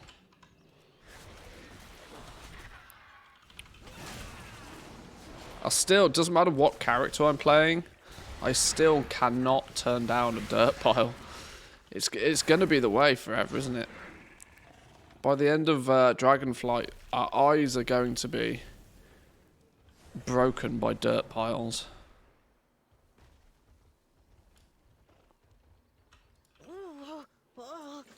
The time magic, sir. I kind of wish they didn't put dragon shards on the loot table, to be honest. It's the only reason I pick up dirt piles on most characters. Quite a lot of the side quests are dragon scale rep. I think I still need dragon scale rep, so that's not terrible. But my main focus is on Valdrakken.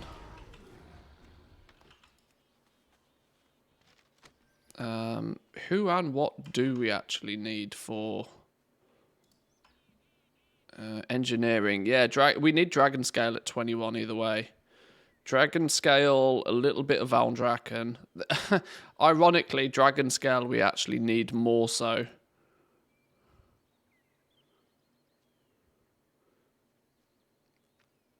It says engineering's on Manthieus, which is just not correct.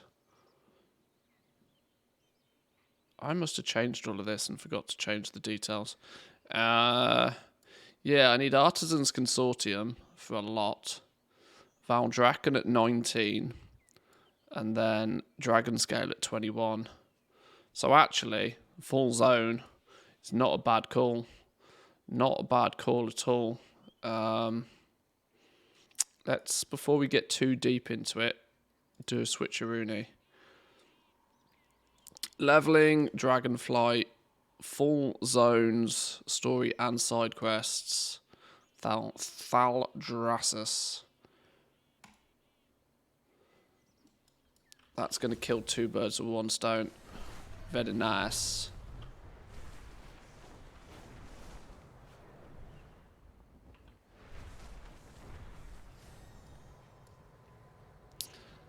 Band QQ, welcome in. Good morning to you. Or good afternoon. Either way.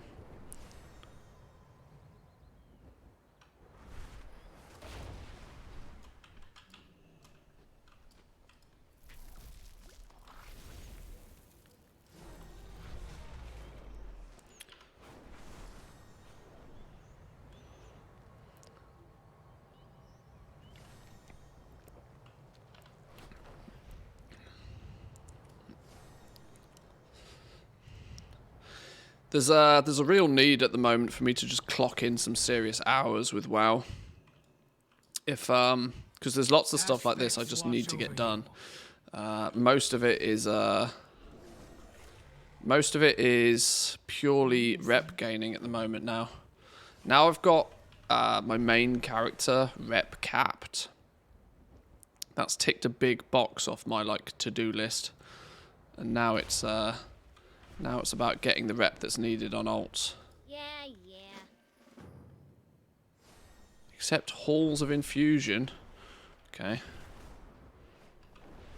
Really is doing the whole complete thing, isn't it? That's going to be up at the top. And I've run out of vigor, so we'll take the scenic route.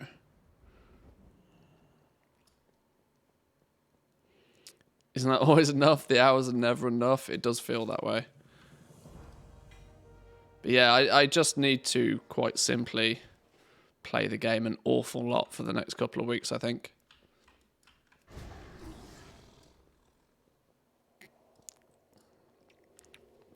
Play the game a lot, get a few bits and pieces done, make sure that we are more than ready for when 10-1 turns up. Who the hell am I meant to be talking to? Watcher Coronos at the top of the tower. He's not up here. Oh, no he is. He's on the other side. How we doing, Stony?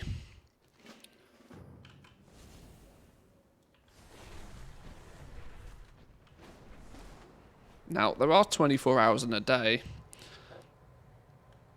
So maybe we can pump some serious time into it for a few days. The great outdoors. Interesting. Feed the hungry swoglet. Where are you? Are you a hungry swoglet? You look like a hungry frog. Better than the crazy frog.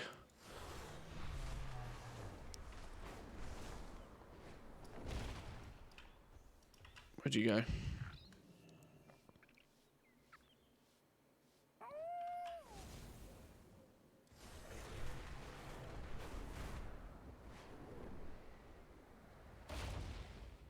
No way there's a hungry hatchling in here.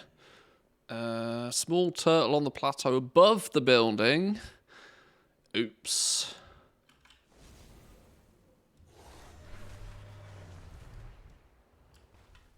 No, you're a flower. Why is there a flower I can click on? That does nothing. Grows as you talk to it, slowly shrinks over time, likes a variety of voices and can only be talked to by the same person once every hour. The hell is this thing?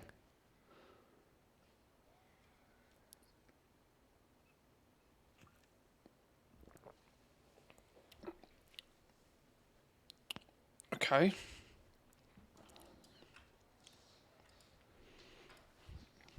Probably another secret in some form, yeah. Secret Discord has a thread on this too, I think, as well, do they? On the Tulipa giganteum.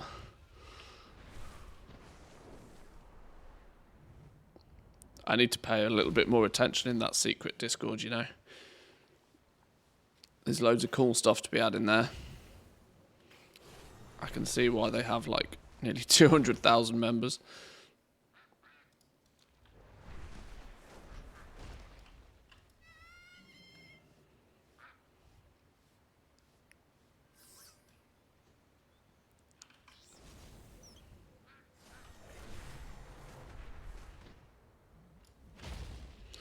Today I did all the quests in Anaran, but only got 17 reputation with Mario. I guess that's meant to be the Marok. How can I get more?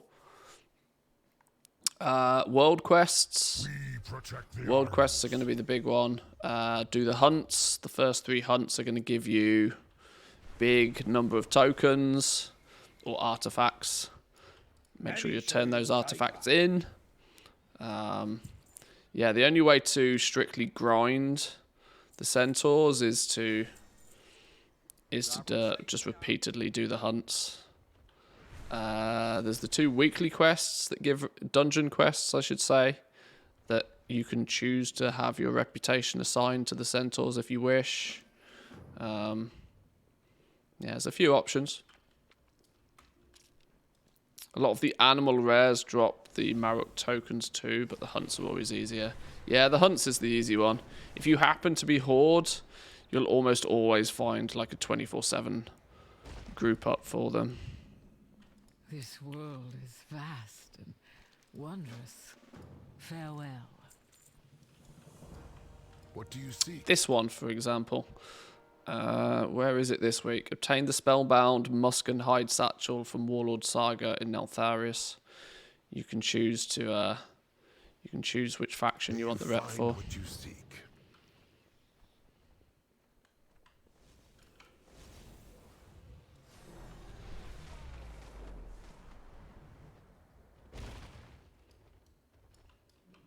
We maintain the Isles. Interesting. The skies call to me. May we all find what we seek. Early in the week, join a full group for the Grand Hunt. 20 rep tokens equals 500 rep. Each hunt gives 20 tokens plus 12, plus 8, and then plus 4 every time. Hard farm for 4 hours whilst being AFK if you want. Everybody does the work. Yeah, it is something that you can just grind. You don't strictly need to do much in the hunts, but be aware that if you AFK too hard, you are likely to get kicked from the group. Oh, hello. Obviously, people are, you know, as long as you at least stay in the right zone, you're likely to get away with it, but somebody's got to complete it, so not everybody can AFK.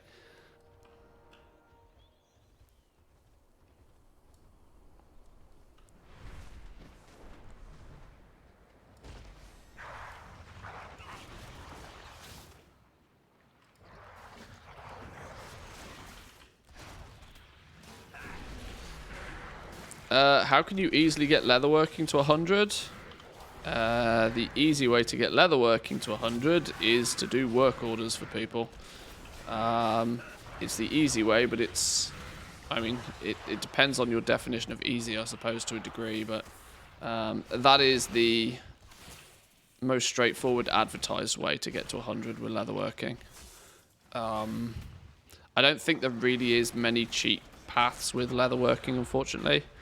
I can't quite remember how I did it, because I certainly wasn't crafting gear for people. But I am 100. I can't quite remember what I did. I think there was just lots of scouting for, like, profession tools. Profession tools was another good one. You'd often find... You'd probably more frequently find... Well, you see, when I did it, you'd more frequently find profession tools through, like, public orders, if you were doing it the right time of day. I also play on the big server, so it's easier to do.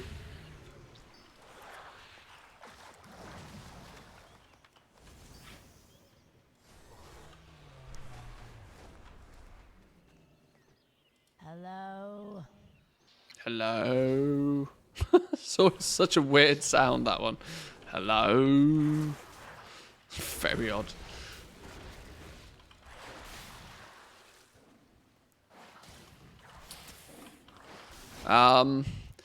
I seem to remember with leatherworking, there's the null tent that you can abuse at some point. If you also have the reputation to buy it. It's not, you know, that's the spend a bunch of gold way of doing it, if I remember correctly.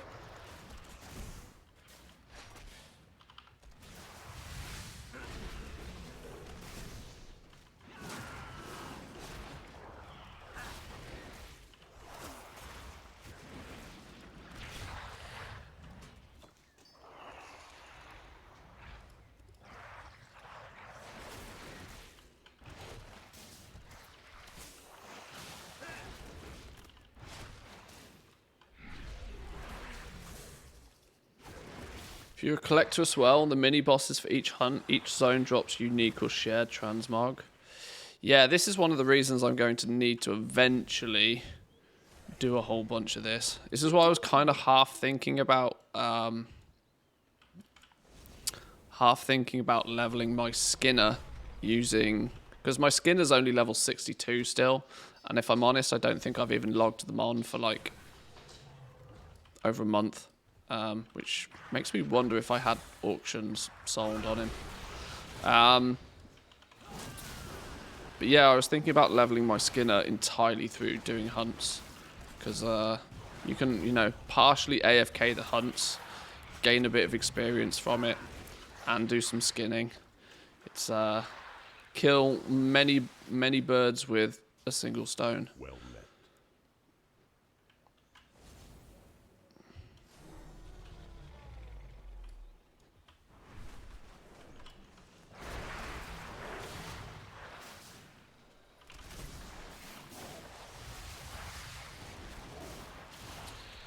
So I picked up blacksmithing again. I have the same talent spec but lost the skill, so I crafted armor for 65. Overall, lost a few skill points and 15k gold. Yeah, you can't... There's nothing you can do to get rid of your skill tree. If you've spent points, those points are spent. There's no undo button at all. Even if you drop the profession, take it back. Even if you've picked up other professions in between, the game remembers your progress as far as the spec trees, which, you know, you could argue is good and bad. It's good if you're happy how they've been spent. It's bad if you're not. I'm never gonna get there fast enough, am I? No, I'm gonna ignore that one. I'm not gonna get there quick enough.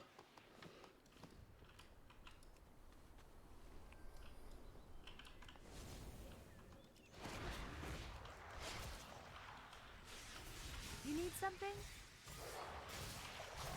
Ah, no, don't aggro more things.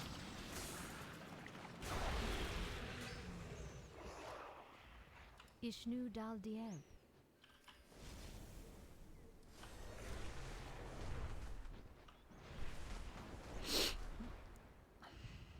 But yeah, dropping professions is something that's rarely recommended. Baladash Malanore. We're now 12. Getting there.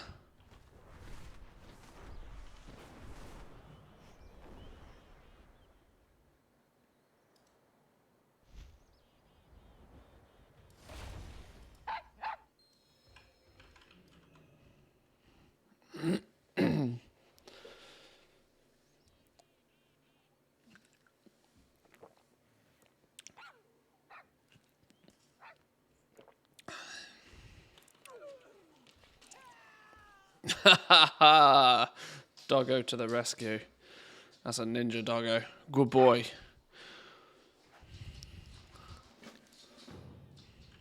I got worried the first time I saw this quest line that they were actually going to kill the dog.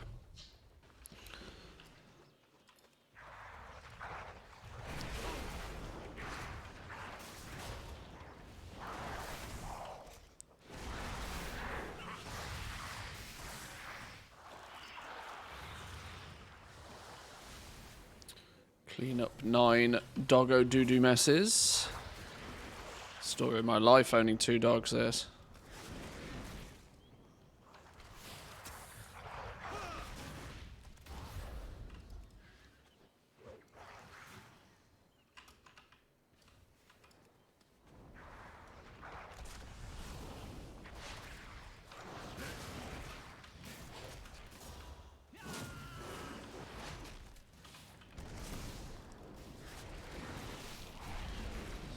Where are my dogs? One's in the bed. One's on the sofa.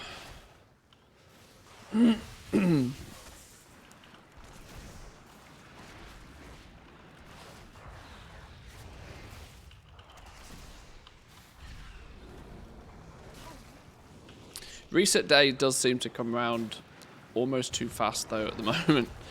I think it's because I'm quite busy IRL. Where, believe it or not, even I don't feel as if I've had enough time to play the game recently. That it seems, you know, you blink and it's reset day again. It's like, what? I need a couple of, you know, spare off days. Can somebody invent like an 8th or 9th day in the week, please? It would make things so much easier.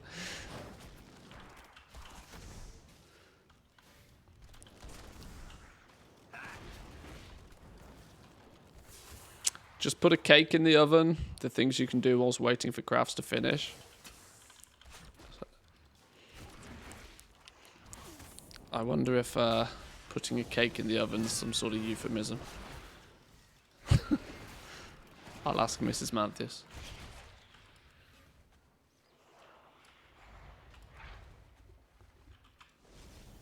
Seven messes. There's another one. 8. 9. Oops, aggro.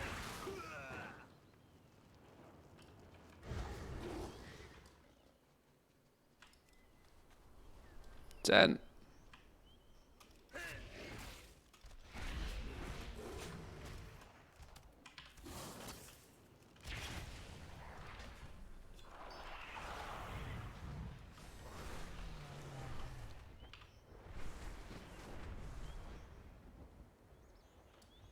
The eternal sun guides us.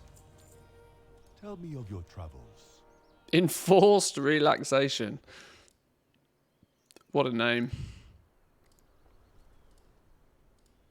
Oh, hang on, that's not the quest.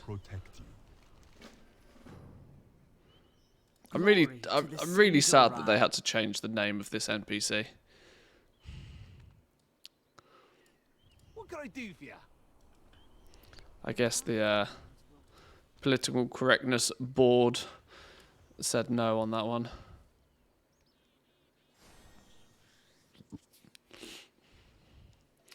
I'll be having me some nice cake in an hour and no more buns in the oven for me. Done at 3. 3 does seem to be the magic number for most people.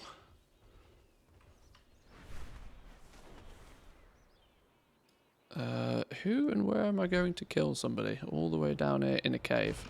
There we go.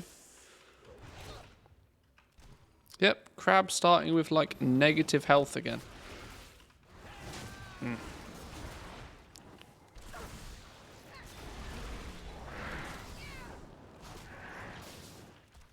F? Are we F'd? I did just see my Twitch dashboard blink at me. It's not saying on my end I've dropped any frames. My TSM and the stream broke at the same time. Thought it was me. No, my stream dashboard has just blinked. We are still live, but I'm not quite sure what's going on. He said reinforced relaxation and then just gone.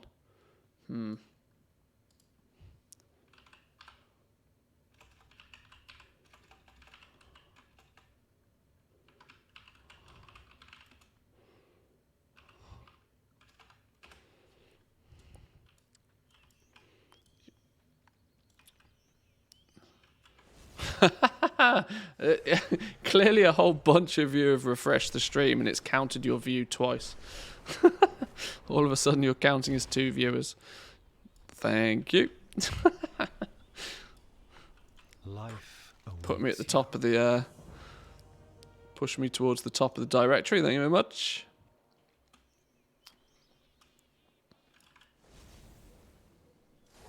I'm sure that will fix itself in a second.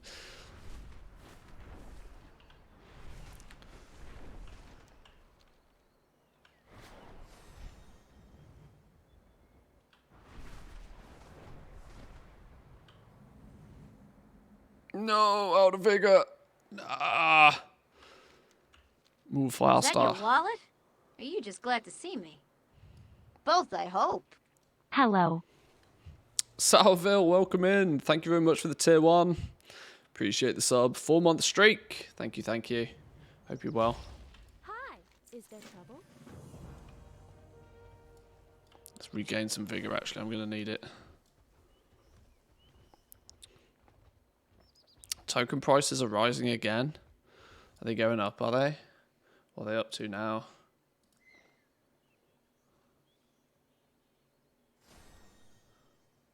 Slowly rising. See, they're doing what I usually expect them to do. Historically, the token price has risen by about 10,000 gold a month. And it seems to be doing about the same. We never really got much below 250, did we? With Dragonflight's launch, it certainly didn't drop as far as it did at the beginning of Shadowlands. Shadowlands, it dropped to 160. In the EU, I'm talking about EU prices here, obviously. It never got quite that low this time round.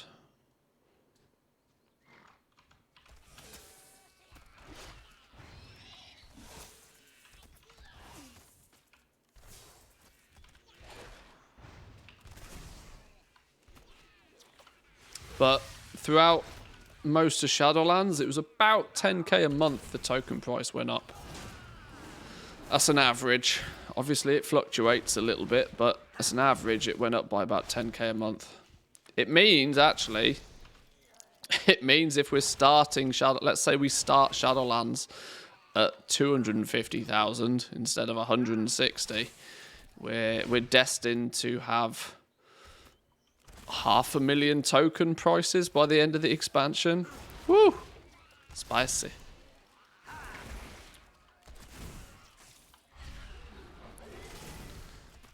I mean, that starts to get pretty painful even for wealthy goblins.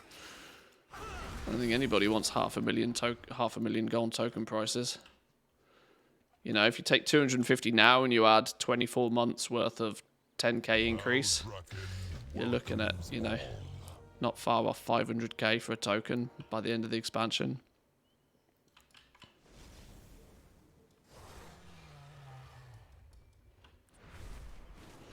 I want to buy tokens so I can get Dragonflight for my new US account, but the token price keeps going up. US tokens are 145k gold, but the account is new, so I only have 35k and no Dragonflight for fast gold. Be warned that if you have made a NA account, that if your primary BattleNet location is not NA, you will not have access to tokens on an NA account. Just as a heads up before you find out the hard way.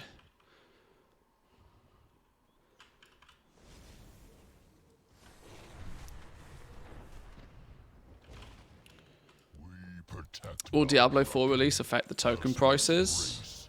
I mean, it certainly will. It certainly will. It will.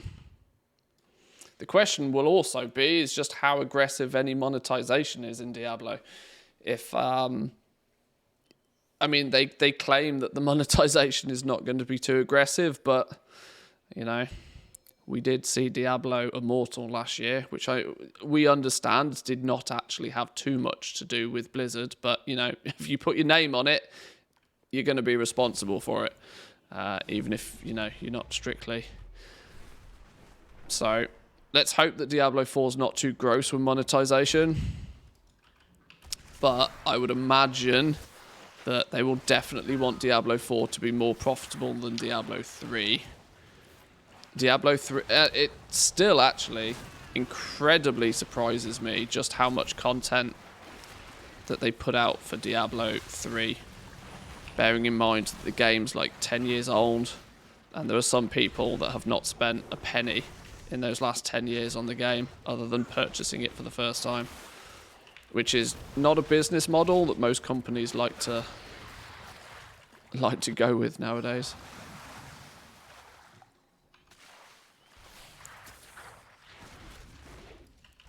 It's a little bit too risky with the price of game development.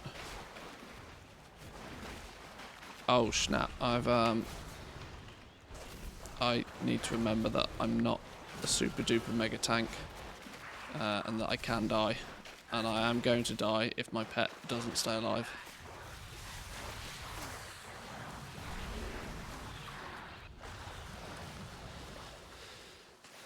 Set up your NA account, AFK craft certain items to vendors. Plenty of people make hundreds of thousands of gold AFK crafting a day. It can be done. The thing to note is that, like I said, if you are not strictly an NA resident, you may find it difficult or even impossible to turn gold into tokens into Blizzard Balance.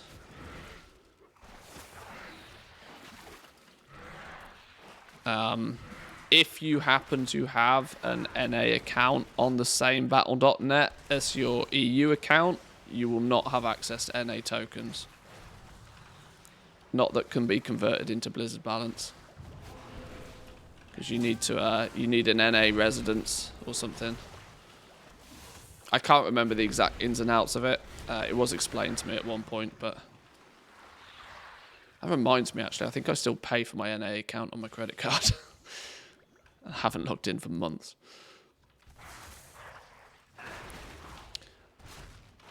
I'd have to buy Dragonflight in real money then. Can I at least get sub time on my US account? I can't remember the full restrictions. But basically, yes. you will have to pay for it out of pocket.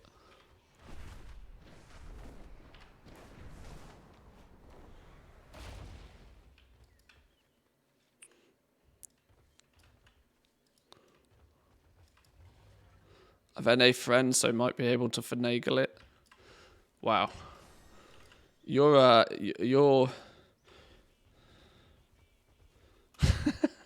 finagle is one of the most English words I think I've ever heard in my life.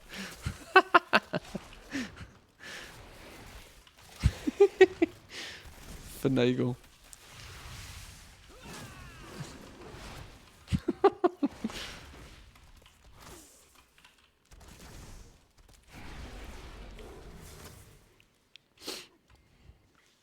Incredible use of the language there.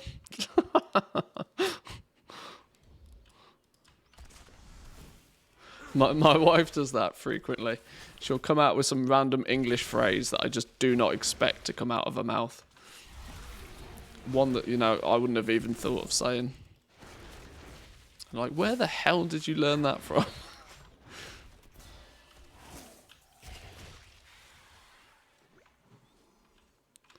Hang on, what's going on here? I'm just randomly killing things. I'm not even paying attention to Zygo right now. Grab 8 piles of something dirt.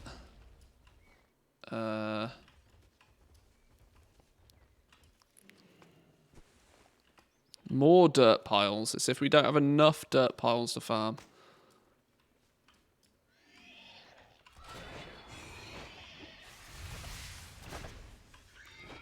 I don't even know what finagle means, and I'm half English. To work it out. To work it out without strictly understanding the answer before you go into it.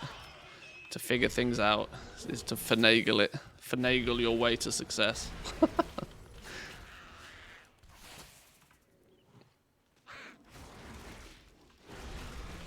It's a very, very niche word in the language.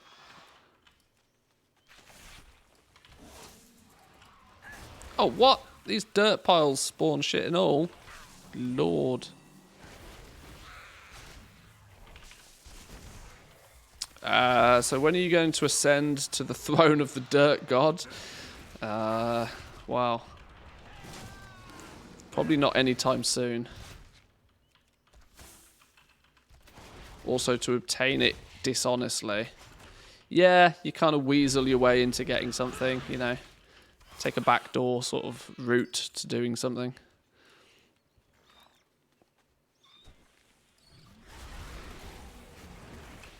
Somebody clearly Googled it. No, but you are right.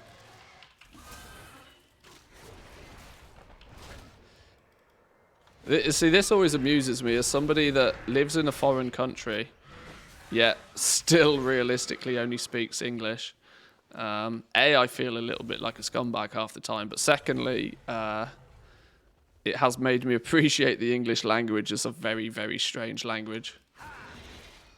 Because obviously, blissful ignorance is, you know, if you are English and you live in England and the only language you've ever spoke is English, you kind of don't, you know, you don't even realise some of these weird and wacky sayings we have. It's not until somebody who's not natively English speaking points them out. It's like, what the hell is that? You're like, oh, yeah, that's weird. That's odd. I'm about to die again. What's going on? Can I not die so frequently?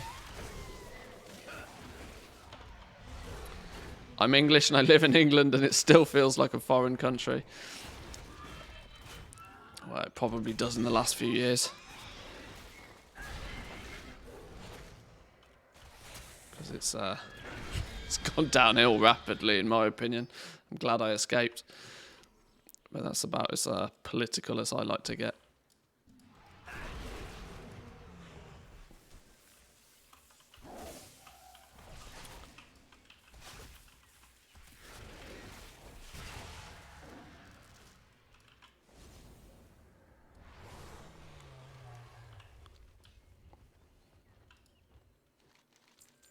little bit more Valdrakken rep. All good. Slay 2 lashers. Not you. And just pew pew you.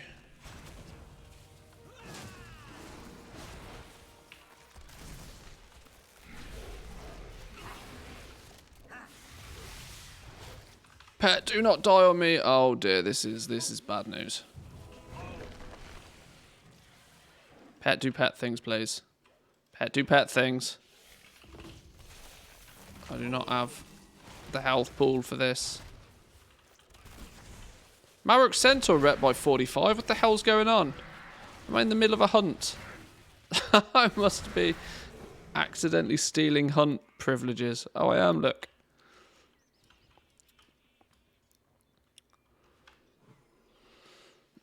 I've lived in the Netherlands for the last 15 years and I still miss the UK. You've probably... Yeah, I don't know. There are cultural aspects that I very dearly miss. But the way the country is run and operates and how the... Yeah, I look back at living in the UK with nostalgia more than anything else. Greatly under the belief that if I did ever move back, it would not be the same. To be fair, I mainly miss the food. Oh, yeah, 100%. 100%. European. I don't think there's a single European country that does food as well as the UK. Now, clearly, very biased. Very biased. But the diversity of culture in the UK when it comes to food is second to none.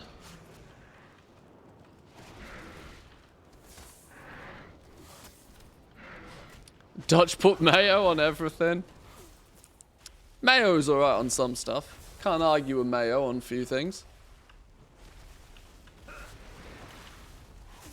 Nothing wrong with mayo. Especially if you mix it with a little mustard. Mmm. Now we're talking.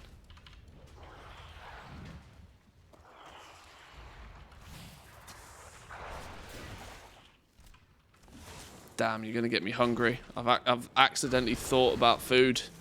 It's not good. It's far too early in the day to be thinking about food.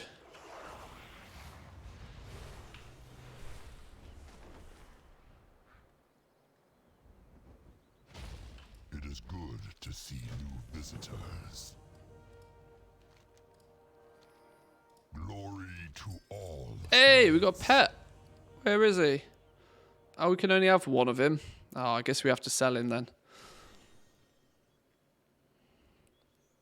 A brilliant executive assistant and apprentice, Lord Basilian loves to stick his nose into piles of anything interesting. It'd be kind of cool if he gave you a dirt farming buff, wouldn't it?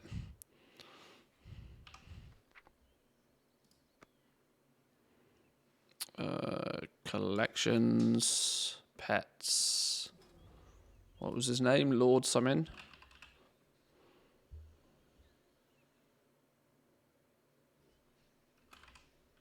Lord Woofington, Lord Bastillion. Hey, he's got a hat on, look. Summon.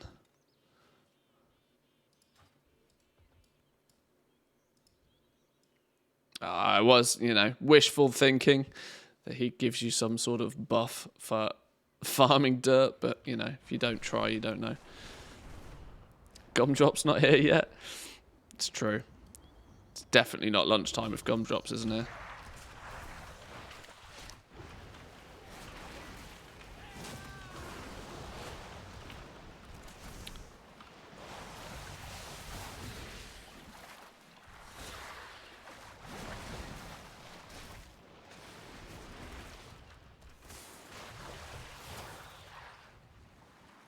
Has to be limited to mayo with a side of chips.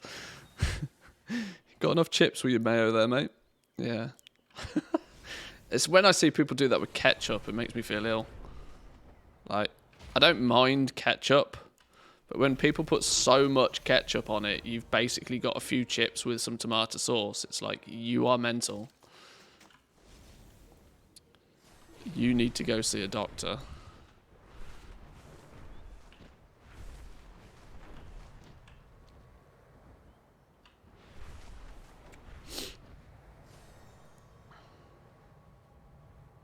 Take a teleport to the bottom floor. Eh? What do you mean teleport to the bottom floor? Looks like a teleport pad at the top of the tower. What? I guess it's assuming I was flying in a different way.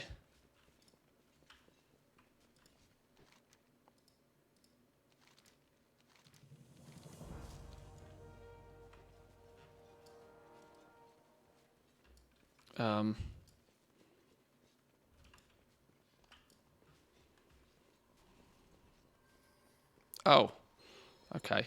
It's registered that we're in the right place.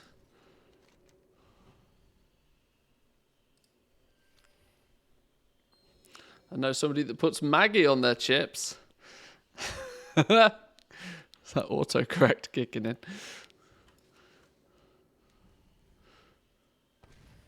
Prefer me some salt and pepper. Protect the innocent. That's one thing I can't get very easily in Finland as well. That's really quite frustrating. Is malt vinegar. It sounds like a really odd thing to just not have. No, the soup stuff, Maggie? I genuinely don't even know what that is. Maybe I'm uncultured. Is Zygo better than Azeroth Autopilot? It offers similar functionality, but Zygo offers way more. Azeroth Autopilot is what it says on the tin. It's literally a little bit of a leveling guide. Zygo does a lot more. It's more of a leveling and achievements suite, I guess. It does a whole bunch of stuff.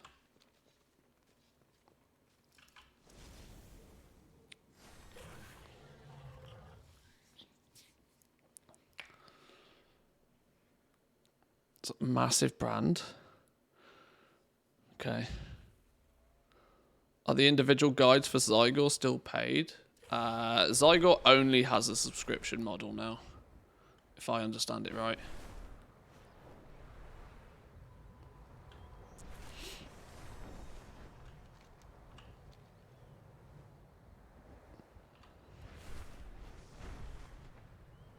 I must admit, I've not looked into it. It's just a monthly thing that sits on my credit card. I play the game for free because I, you know, make enough gold. And then instead I pay for Zygo.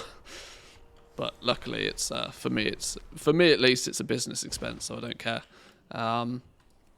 My relationship with Zygo is pretty much that I tend to use it quite heavily at the beginning of an expansion when everything's new. You know, you're collecting achievements and pets and mounts and that sort of stuff. And then there usually comes a point in the expansion where I don't have much use for it anymore. And it's at that point you can cancel the subscription and pick it up again whenever you need it.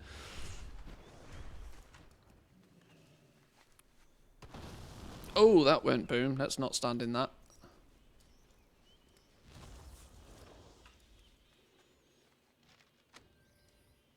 Rare in 2 minutes. You're right. Steam Gill in the Naran Plains. He's over here somewhere, isn't he? Or am I thinking of the wrong dude?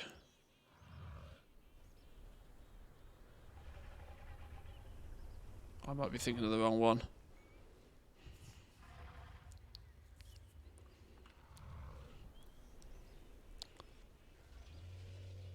$54.73 in the Naran Plains. 54.73. One of these ones. Steam Gill, this fella. Let's go and have a little look as we're here.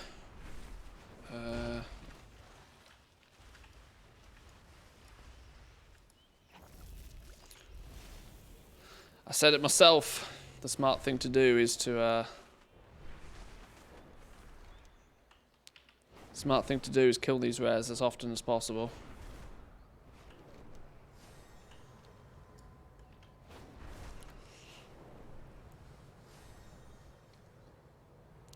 Maggie's like grounded soup, but I think it's not very popular in the UK. I honestly have never heard of it.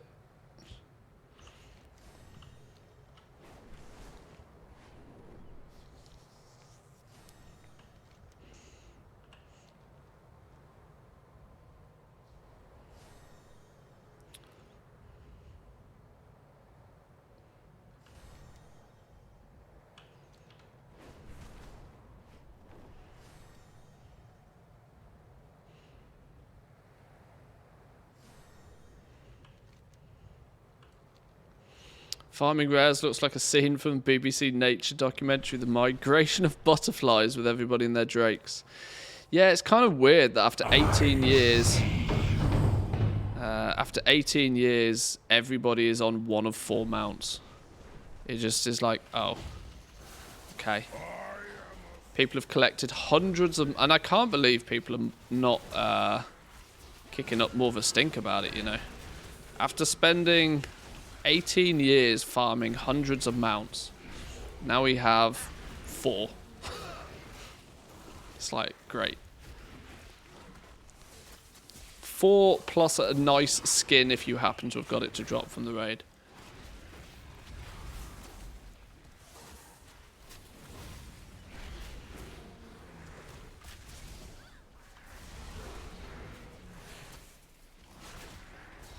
Kind of hope they put dragon riding on more mounts for that exact reason. I mean, they've got to, right? Like, I think dragon riding is enough of a success that they can't justify getting rid of it. Every time I go to a zone, hey, dragon shard of knowledge, they do exist. Every time I go to a zone that is not Dragon Isles and have to use a mount that is not a dragon mount, I feel weird. You know, regular flying now just feels bad. Like, genuinely, it just feels bad. And so they have to expand it to more mounts. They have to make a universal dragon riding skill. They have to do something with it, because it's too good to take away.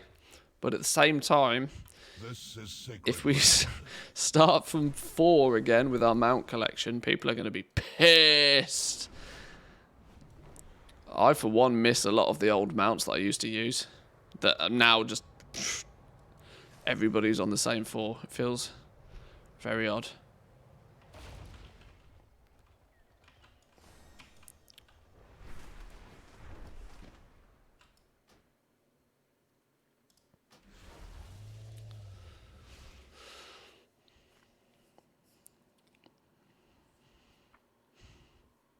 My desire to collect any old mounts now is practically 0.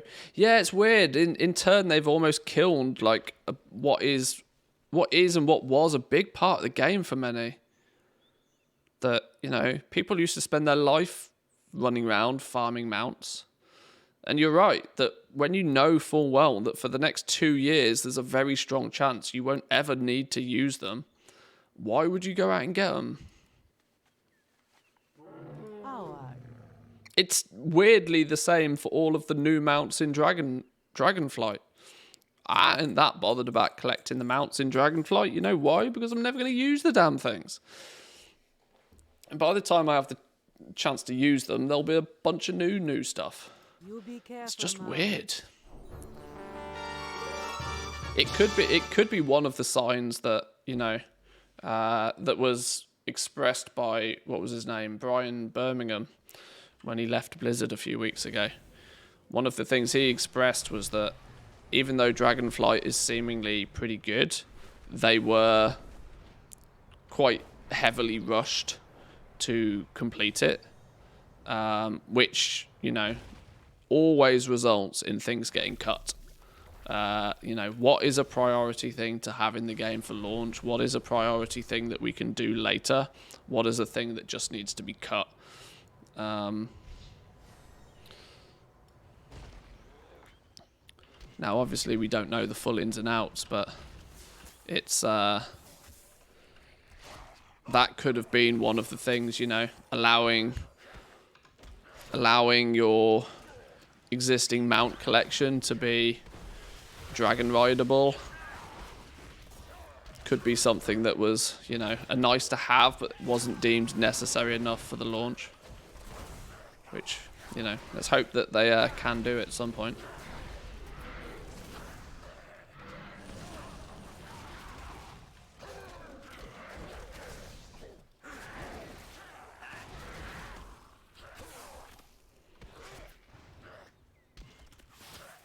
Still collect mounts myself, but purely due to being a collector and wanting them. Well, this is, yeah, that's it, sunk cost. When you've spent years farming mounts and you've been pushing that number higher and higher and higher and higher, you tend not to want them because you want them, but you tend to want them because you want to make that number go even higher. I get it. It's understandable. I'm kind of the same. It's the only reason I collect transmog, is to see a number go up. Not because I have ever transmogged anything ever.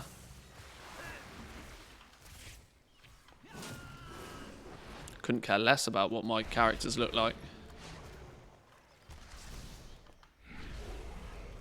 Same with, like, you know, profession patterns and stuff. I don't strictly, you know, I justify it to myself with things like profession patterns because I'm like, right, well, at least if it's a current expansion, there is still a good chance that I will craft it and try and do something with it, or it might become useful to me. Past expansion ones, I'm just trying to make a number go up. It's a weird hobby, but there are much weirder hobbies out there, so.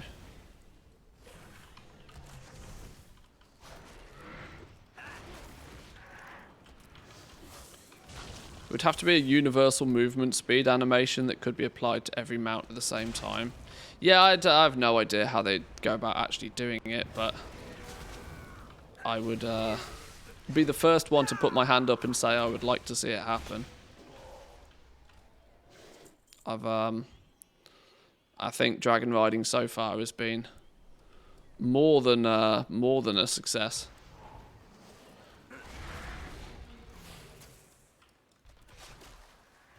The only place where it's slightly annoying is gathering. But honestly, I think gathering needed something to switch it up a little bit. Because now managing your vigor is actually almost part of the skill gap with gathering. And choosing when to pick up a node and when not to pick up a node.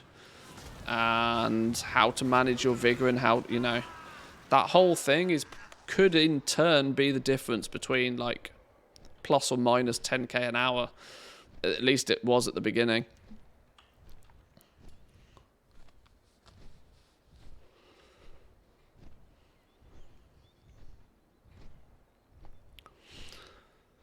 Problem is more that each type of mount would need one. Kodo, horse, drake, dragon, griffin. Yeah, it's probably a lot of work. This is why I kind of say that it was... it wouldn't have surprised me if it was something on their to-do list that just wasn't ever going to happen in time for launch. Because I don't imagine it's going to be an easy thing to retroactively fit every single mount in the game with some sort of ability to dragon ride. You know, sounds easy at face value, but I bet when you dig into it a little bit, it's not that easy. Especially with Blizzard's, you know, spaghetti code. God knows what the actual, you know, some of the older mounts, for example, God knows what their code looks like.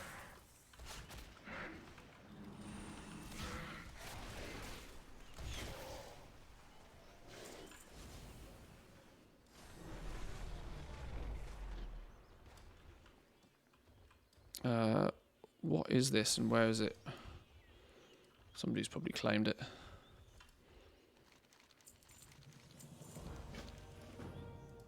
Ah, all of those quests didn't give us any reputation with anybody.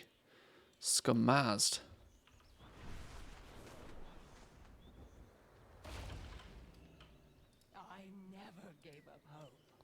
I see you. Oh, can I get there? Do I even bother trying?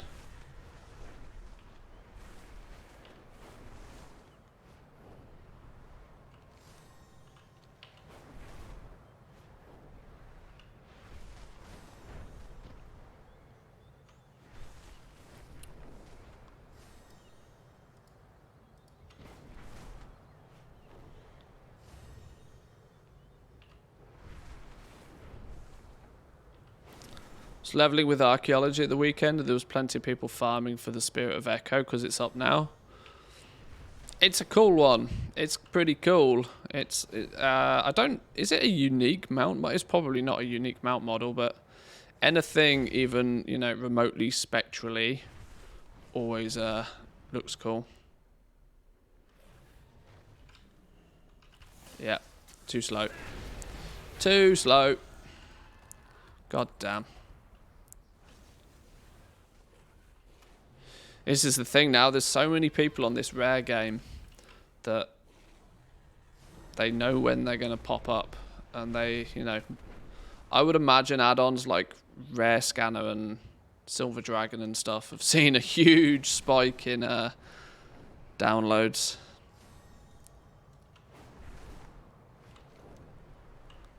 Which means if you're not literally on top of the rare when it spawns, you're probably not going to get there.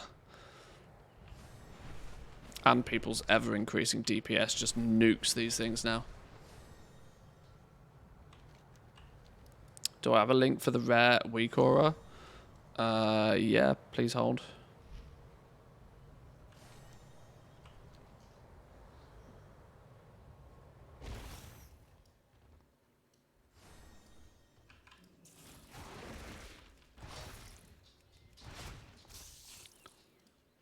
Oh, well, there we go. Recon Bravo's got you. Yeah, that's this one down here. You can they've added like a waypoint button and stuff recently. You can turn the coordinates and zone and stuff on or off if you want it.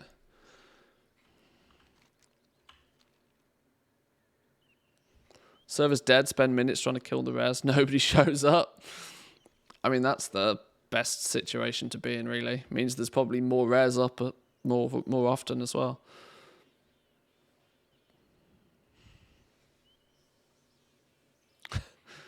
Doggo's doing all the watching again, look.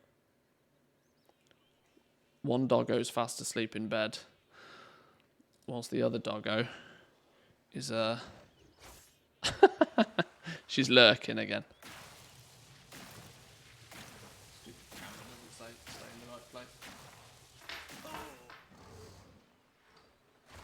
Turn that stupid thing off, it doesn't work. Oh, snap! Oh, oh. God damn, there's me pissing about with the camera. Flipping hell.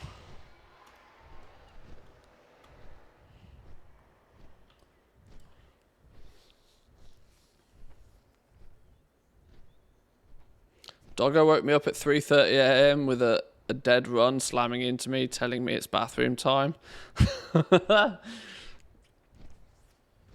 Yeah, it's annoying when that happens.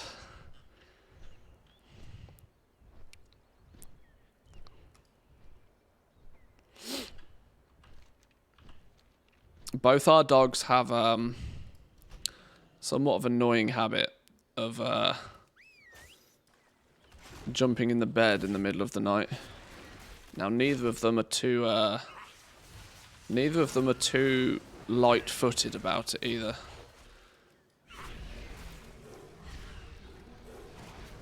Now, they're not the biggest of dogs, they're only 20 kilos, but when you're fast asleep and some of the, 20 kilos stands on your chest, you fucking know about it. It's quite a shock in the middle of the night. Normally, they sleep under the bed, but I guess if they're, I don't know. Swear you prefer having a cat. There's no way a cat's ever living in my house. Cat's a spawn of the devil.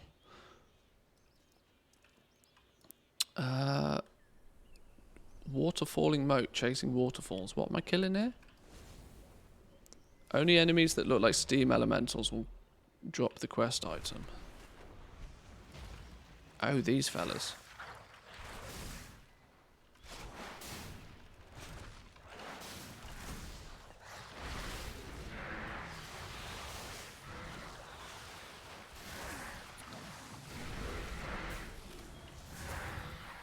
My last cat had health issues that caused her to go toilet on the floor every day, every single morning for months. I lost interest in cats after her.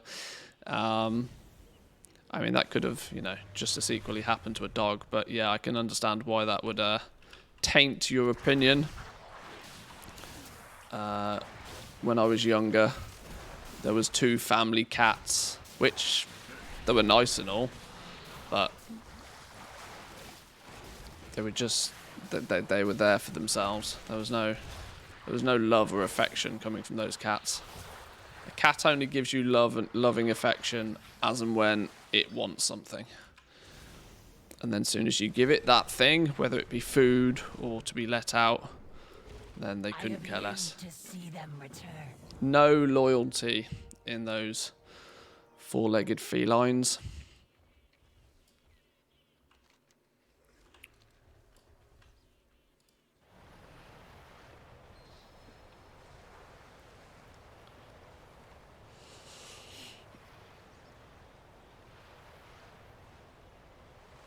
Is this going to kill me?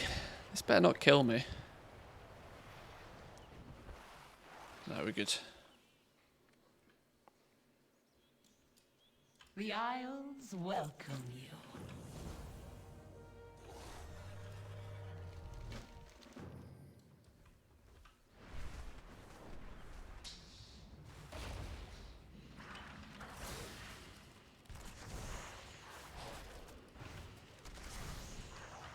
Oh, hang on. Let's maybe not pull the entire world. This gets me in trouble.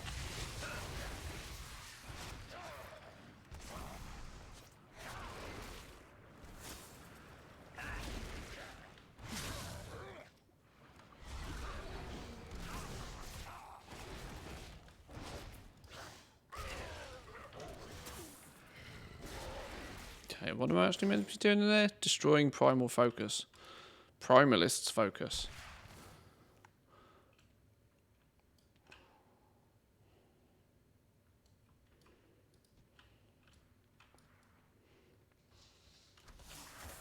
This primaling focus is fracture the focus. I wonder if this has got something to do with that enchanting pet. Anything that has the word primalist on it now gives me, or primal, gives me the gets my brain ticking.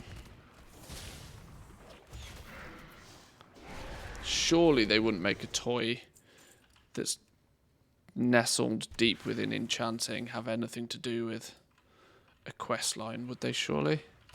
Maybe they might.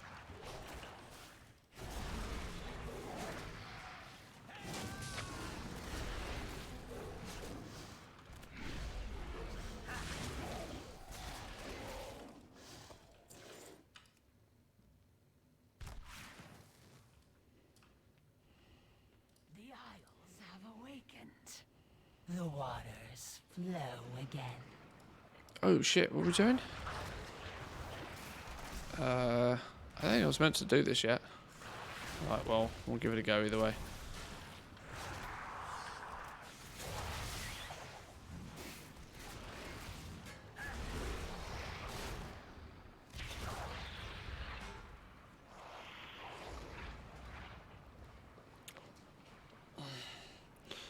Does anybody know if the PTR's back up? I can probably, if the PTR's back up, we can probably throw an hour worth of PTR action at it if it's back up.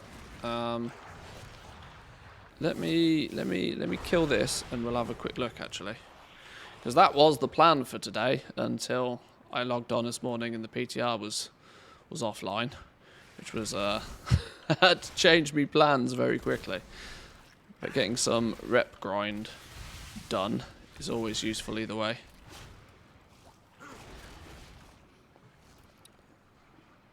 But I'm really interested about these silly Primalist gem businesses. Especially considering dual crafting has got something to do with it.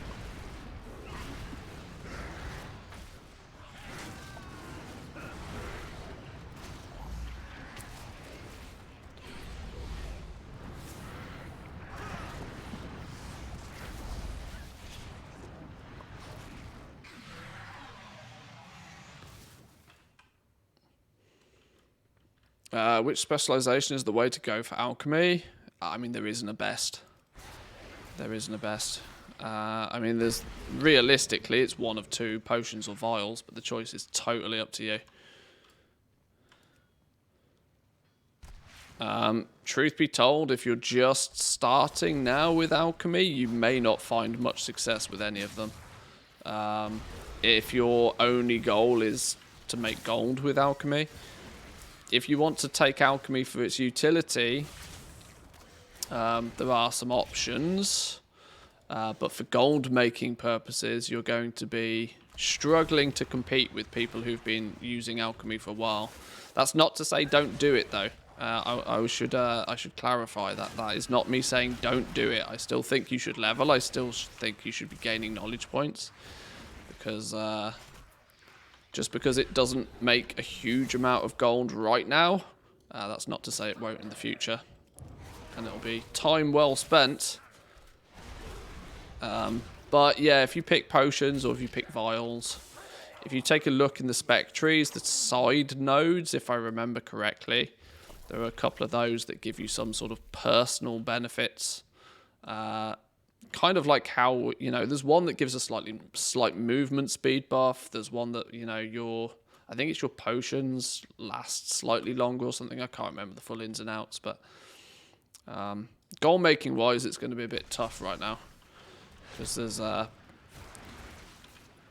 probably no more than a few % profit in every single craft at the moment. Way too many people trying to do crafting.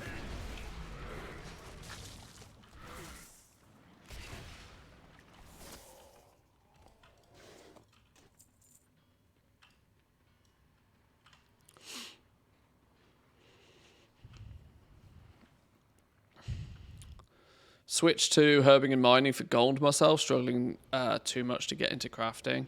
It's hyper competitive, super duper competitive. I mean, the best of the best are, you know, having to... If you're at a point now with crafting to where if you are not 100% optimized in everything you can possibly do, you're unlikely to make a profit with what you craft. And even in some cases, even if you are hyper optimized, you may still not find it profitable just purely because there is, you know, too many people who are also hyper optimized. The problem is still the same, that if there's too many people doing it and there's not enough people buying it, it's not going to be profitable.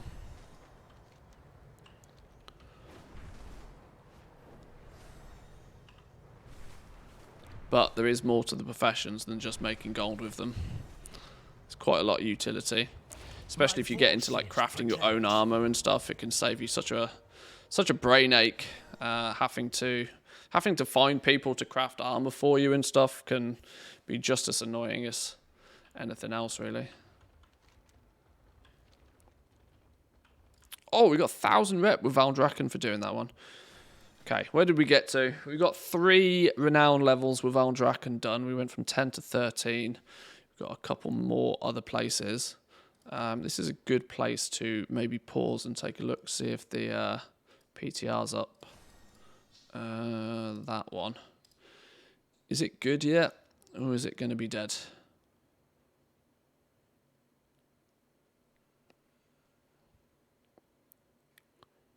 Nope. PTR's still down. Well, bang goes my plans for today. That was not what I expected this morning, but maybe they'll come back online later.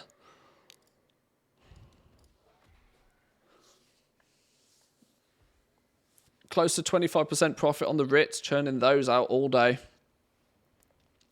If you can, you know, if you can make the profits, go for it. But you are going to have to deal with, you know, crafting things in bulk.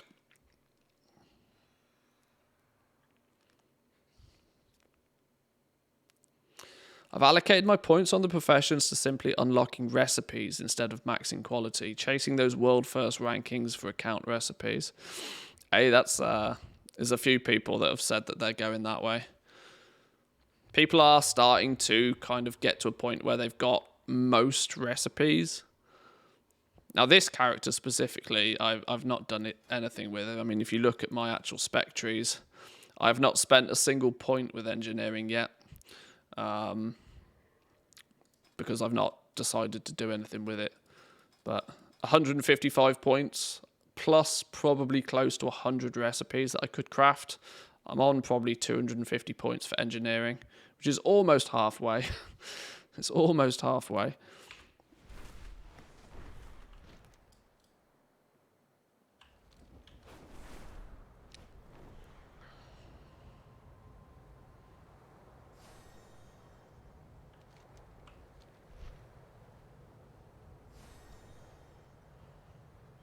Actually, if the PTR's not up, I'm going to take this opportunity to take a quick bathroom break. Quick pause for 2 minutes. As I've been sat down for 3 hours and I've not moved again. I'm going to take a quick break for 2 minutes. I'll run some ads while I'm gone. Keep the ads at bay for as many people as possible. I'll be back in 2 minutes, boys and girls.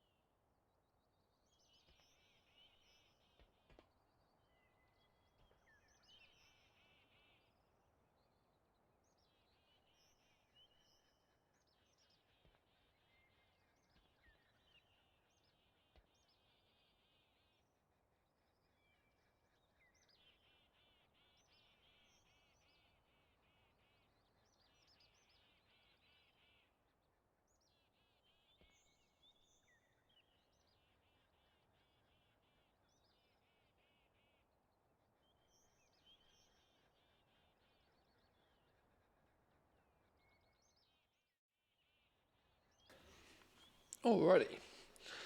Okie dokie. Where did we get to? Oh, there's a siege on. Do I care about doing a siege? Oh, and there's also a rare spawning in 1 minute. Who's the dude spawning in 1 minute? 5079. 5079. Some dude over here. This fella. Haha. See? I knew who was spawning. Let's go see if we can get this rare real quick. Or are we going to be, once again, too far away?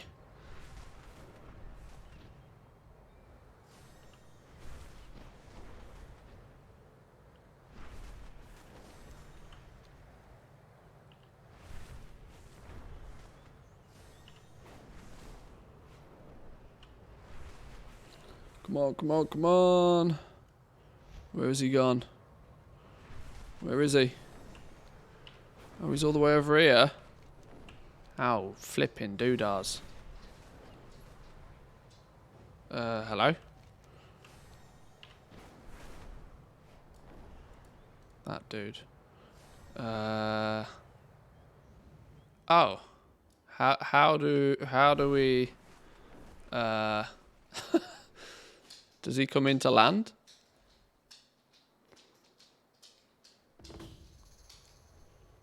Oh. Me assumes he's here.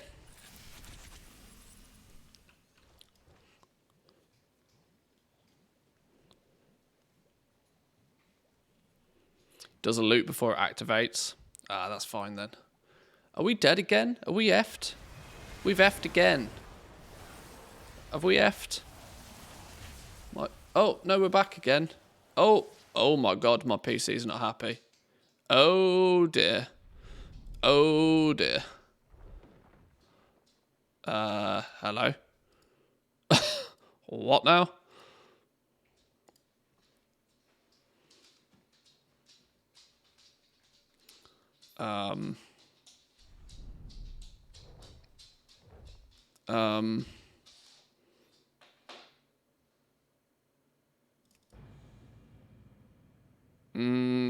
Are we good? Are we live? What is going on with my internet today? That's twice that's happened. Back. Yeah, that's twice that's happened. That's really frustrating.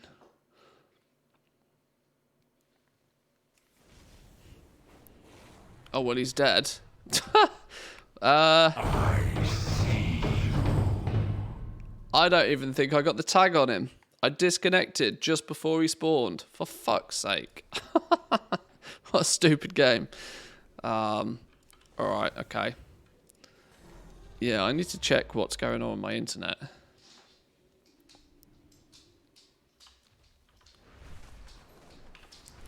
I did change one thing this morning. I changed the, my network card was for some reason only in 10 by 100 mode. And I manually assigned the link speed at 1,000 because that's what my internet is. Now, that might be what's causing it. Welcome to the Isles.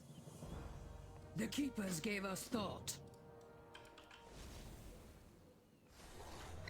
Although, yeah, well, we'll see. I do not need my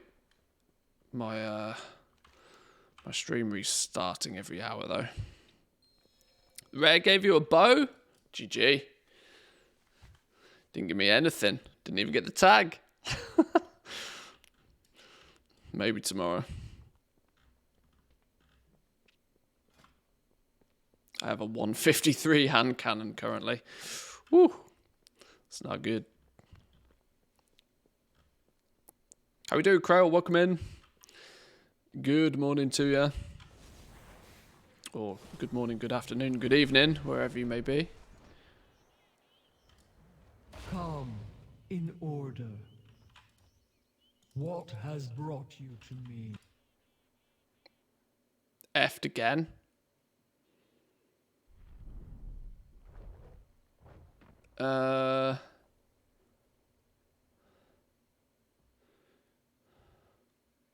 Huh.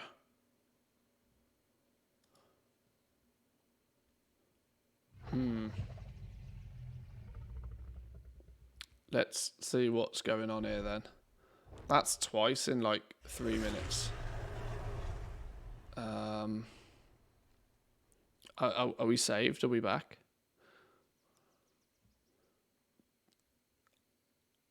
This is odd. This is clearly my internet doing loopy-doopy things. Since I'm not dropping a single frame in OBS. Nothing is wrong that side. It's purely my internet connection keeps dying. I wonder what's causing that.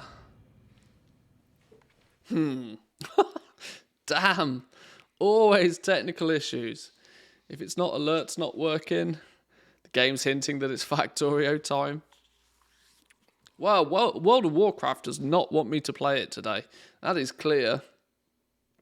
Not only did the PTR not turn up when, you know, I dedicated a day for the stream to do some PTR testing. Nope, PTR's down. This is... We watch the Isles. This is slightly frustrating. The Keepers gave us thought.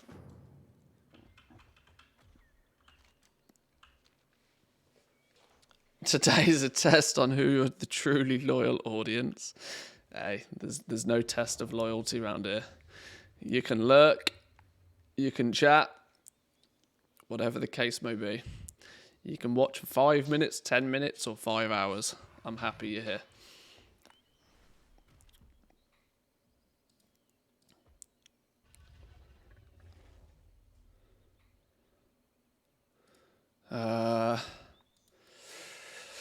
Let's see if we can get a little bit further without things dying again. If it dies again, though, I might need to investigate a bit further. I mean, the stream was fine for the first few hours. It's only recently it's been doing silly things.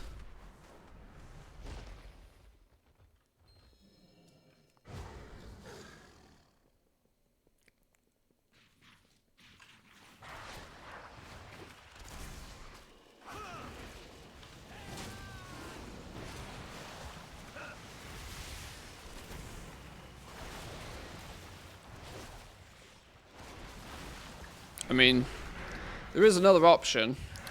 There's a couple of videos I want to get done. It might not be, if the stream keeps playing silly games, it might be time to work on some YouTube videos.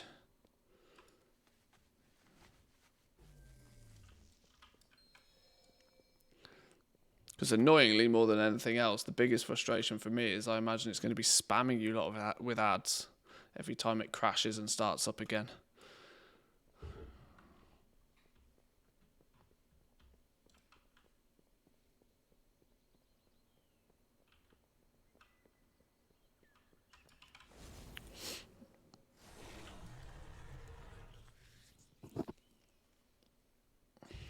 Latin music here. It's just some Spotify playlist. I don't know what half of it is. This is some Tiesto remix. Skip the track.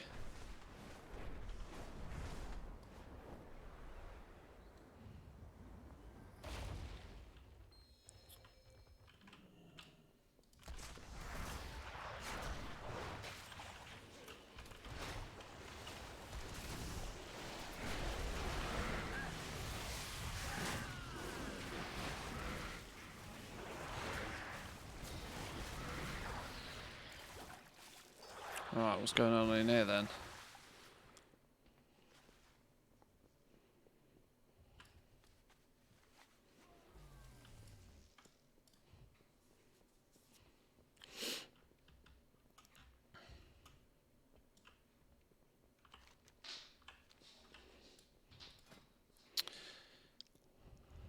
I don't think there's much faster way to do this than lore mastering the zones. I'm just trying to think, I'm trying to run through my head different ways of getting reputation. I tend to think the main storyline is probably the quickest way. Do dungeons give reputation at all? Apart from, like, you know, very small amounts. I know you can get some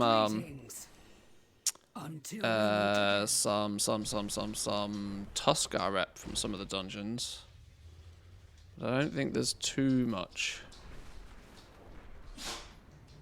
I'm just thinking that I'm going to need to do this on a couple of characters still.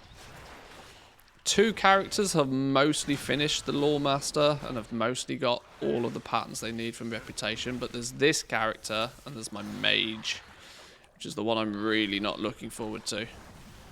Because my Mage is both not geared and annoying to do world content with.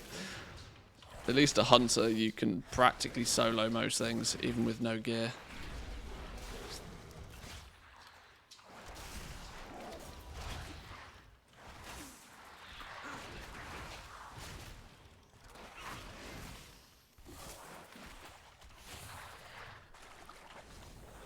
There's 3. Let's find some more elementals. These big boys have got like loads of health. I don't think I want to kill these, but oh well.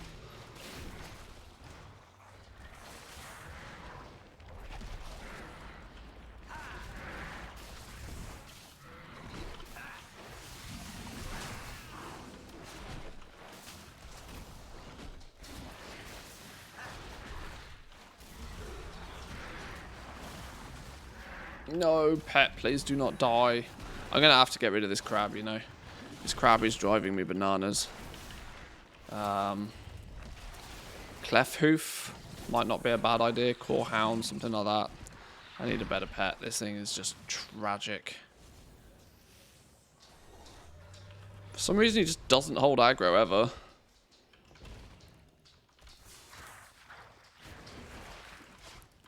Which I'm going to be slightly sad about, because it was the, you know, it's the main pet for this dude, but not the trusty crab.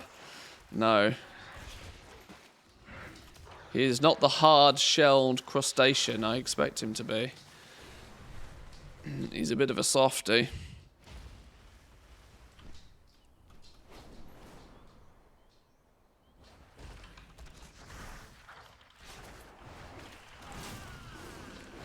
Clefthoof's the best tank pet. What's their main ability? They have some sort of thick hide ability or something. Mitigating damage passively. We stand against chaos. Keepers watch you. We serve order.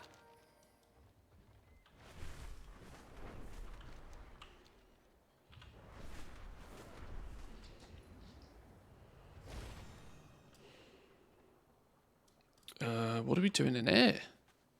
To be able to attack him, kill the 2 elementals channeling near him. There's nobody here. Oh, he's at the back. Okay, that makes sense.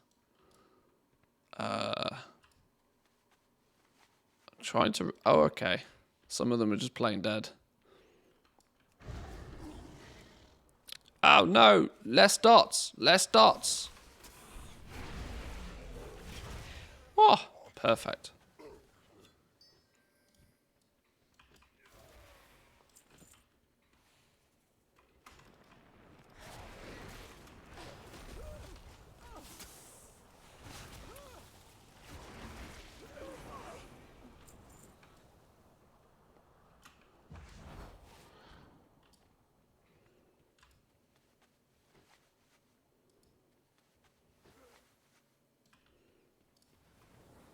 Come on, one of you must be alive. Here we go, there's 2.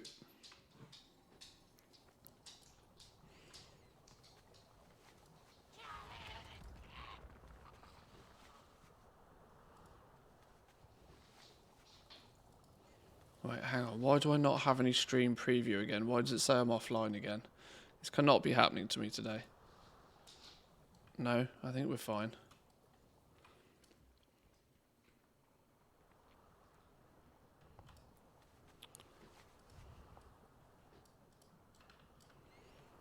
Come on, one more. There we go. Take revenge against the Primalists, only 10%? What?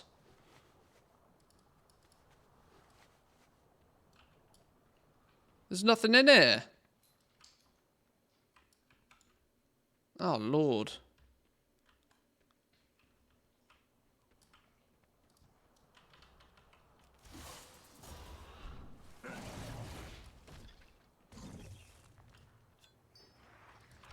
Guess we just kill these, like, on repeat then.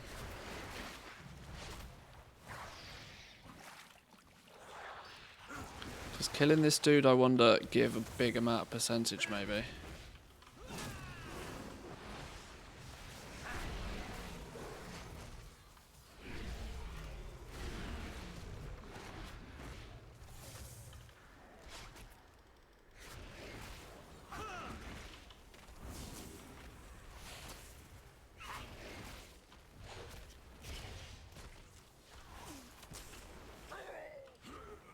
No, didn't give any percentage at all.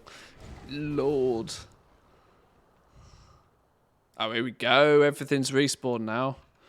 Somebody must have strolled in and nuked everything before we got here. Either that or my internet is having a real mare.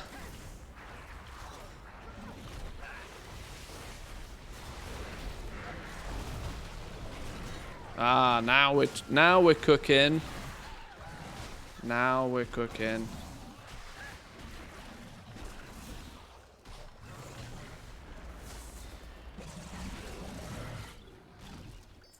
Much better.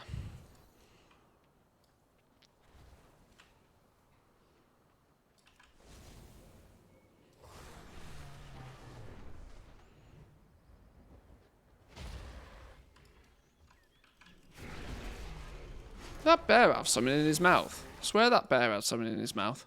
He's got fish in his mouth, look. At least swallow the fish, dude. Jesus.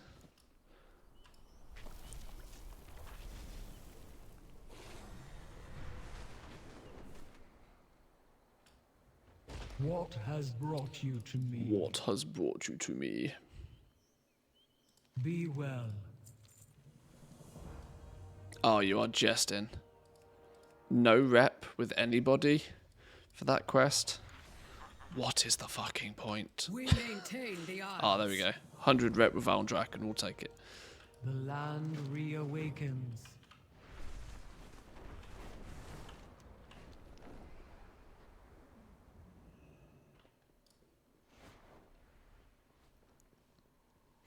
I tell you what I haven't done in all of Dragonflight. I haven't leveled an evoker yet, you know. Play tested one a lot on the well, some on the beta. Not leveled a single evoker yet. Is there anybody on the planet that hasn't leveled an evoker? Am I the odd one out here, or do people just not care about those skinny lizards? They were memed on so hard in the beta. I wonder if people actually care about them.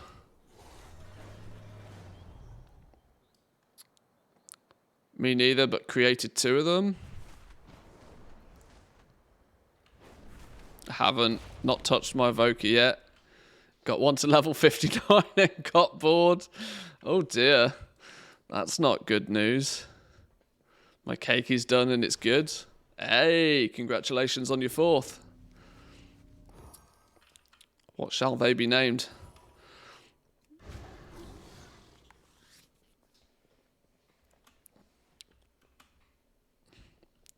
Not my cup of tea. Yeah, I need to, I should probably play the evoker. I never leveled one fully on the beta. I did think about doing it just for, you know, for testing purposes, but I never did.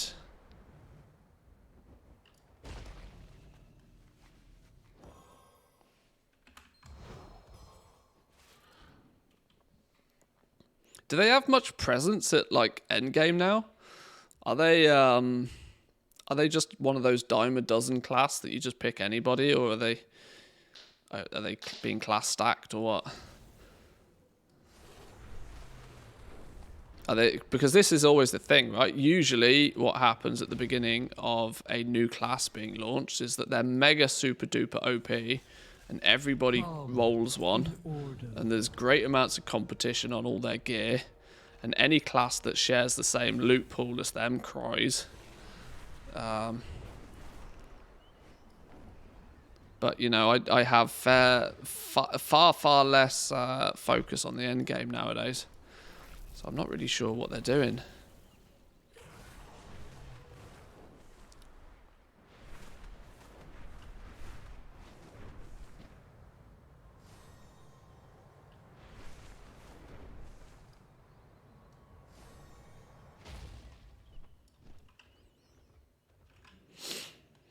Hey, how you doing? 6 reputation was that? Did that say it did? It tripled up to 18 reputation. What is the point? What is the point of all the pathetic amounts of reputation to be gained from a single quest? That's a big chicken. Clucking hell. Dirt is the end game now. Yeah. Yeah. Dirt is the end game.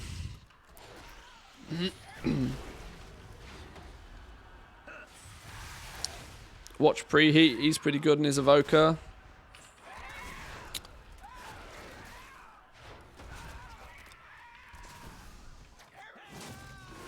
I might check him out. I tend not to track many of the like Race to World First guys much outside of their, you know, their chosen hobby of killing bosses fast and first. But I know Preheat's renowned as being very good at the game. I mean, obviously, but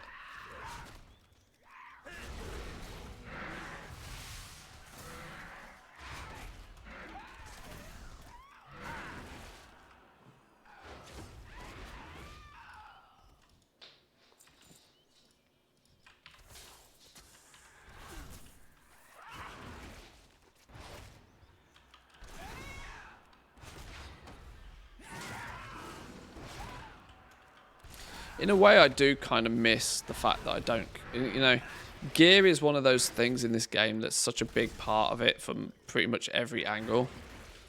There is, while it's kind of somewhat refreshing and almost freeing to not really care so much about gear, that it removes a lot of the arbitrary grind for you. At the same time, it is a big part of the game that I do feel as if I kind of miss out on by not chasing the latest and greatest gear.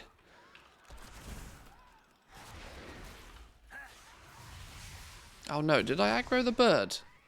I'm not meant to be able to aggro the bird. I'm meant to be healing the birds. That's not the plan. Oh, I did. Can we leave him alone? Pet this way.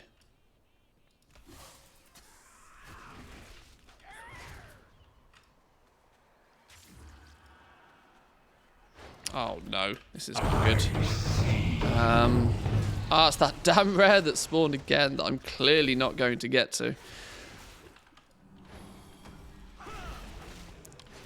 I'm destined never to kill that rare today.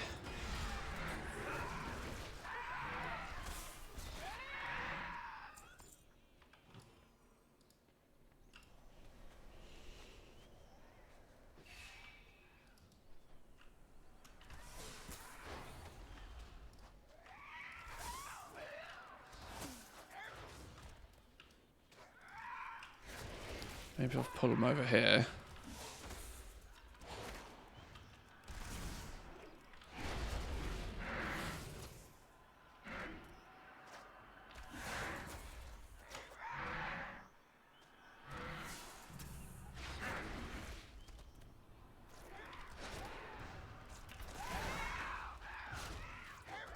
Oh, no, me crab's dead. Stupid crab. Now I'm dead in the process. 3, 2, 1. Oh, saved.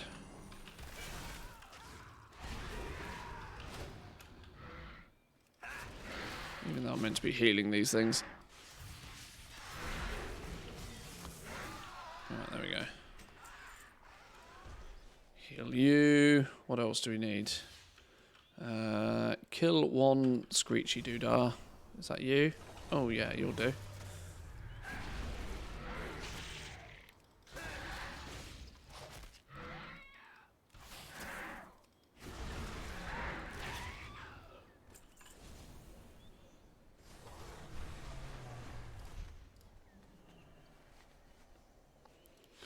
Heal you. Are we going to be able to get... I don't know.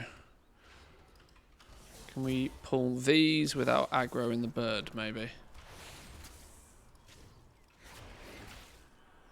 Only if we can pull them this way.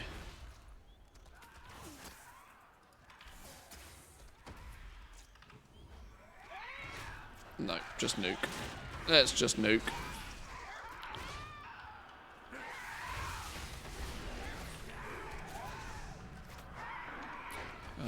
This isn't going to plan, is it? Oh, Lord. Okay.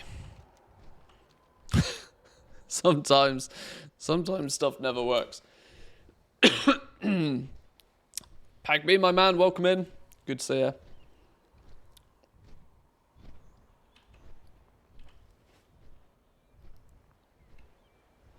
Where did we even die? Are we up here? Ah, we're up here, look. Res. That'll do. That'll do.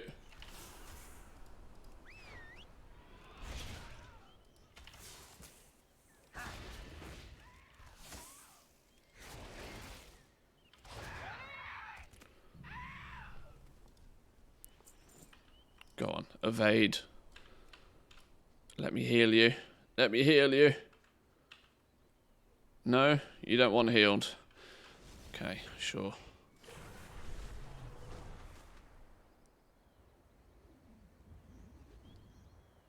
You look unhealthy. Yes, there we go. I'm starting to hate this goblin here on Draenor guy. It's always him with the first auction, no matter the hour. I think he lives in your head rent-free, my man. I understand why, though. What brings you here? Time is money, friend. Renown 7. 1,500 reputation with the dragon scale for those quests, actually. Makes it worthwhile, I suppose, when you get over half a renown from doing a couple of little silly quests. Boys and girls, though, I think I'm going to leave it there for today. My plans did not go as expected. We were meant to be playing on the PTR today, but the PTR has been down all morning, which is a bit of an annoyance. So I'm going to take it a little bit easier today. I will probably call the stream here, go get some food, maybe work on a couple of YouTube videos. It's been a while since I put a YouTube video out. Always excuses, never on the PTR. I tried. Not to mention we've had technical issues all day, which has been annoying me greatly, so I need to try and figure out what's causing that. Not entirely sure why my internet keeps just randomly dying on me. We don't pay stupid money for the fastest internet to have it die on me all the time, so maybe I will call the ISP and get them to fix it. But boys and girls, have yourselves a great day. We'll be, of course, it's Valentine's Day, right? So go say hello to your loved ones. Maybe a little bit more than hello if you're lucky. But enjoy yourselves. Take it easy, and I'll see you all tomorrow in a bit. Peace.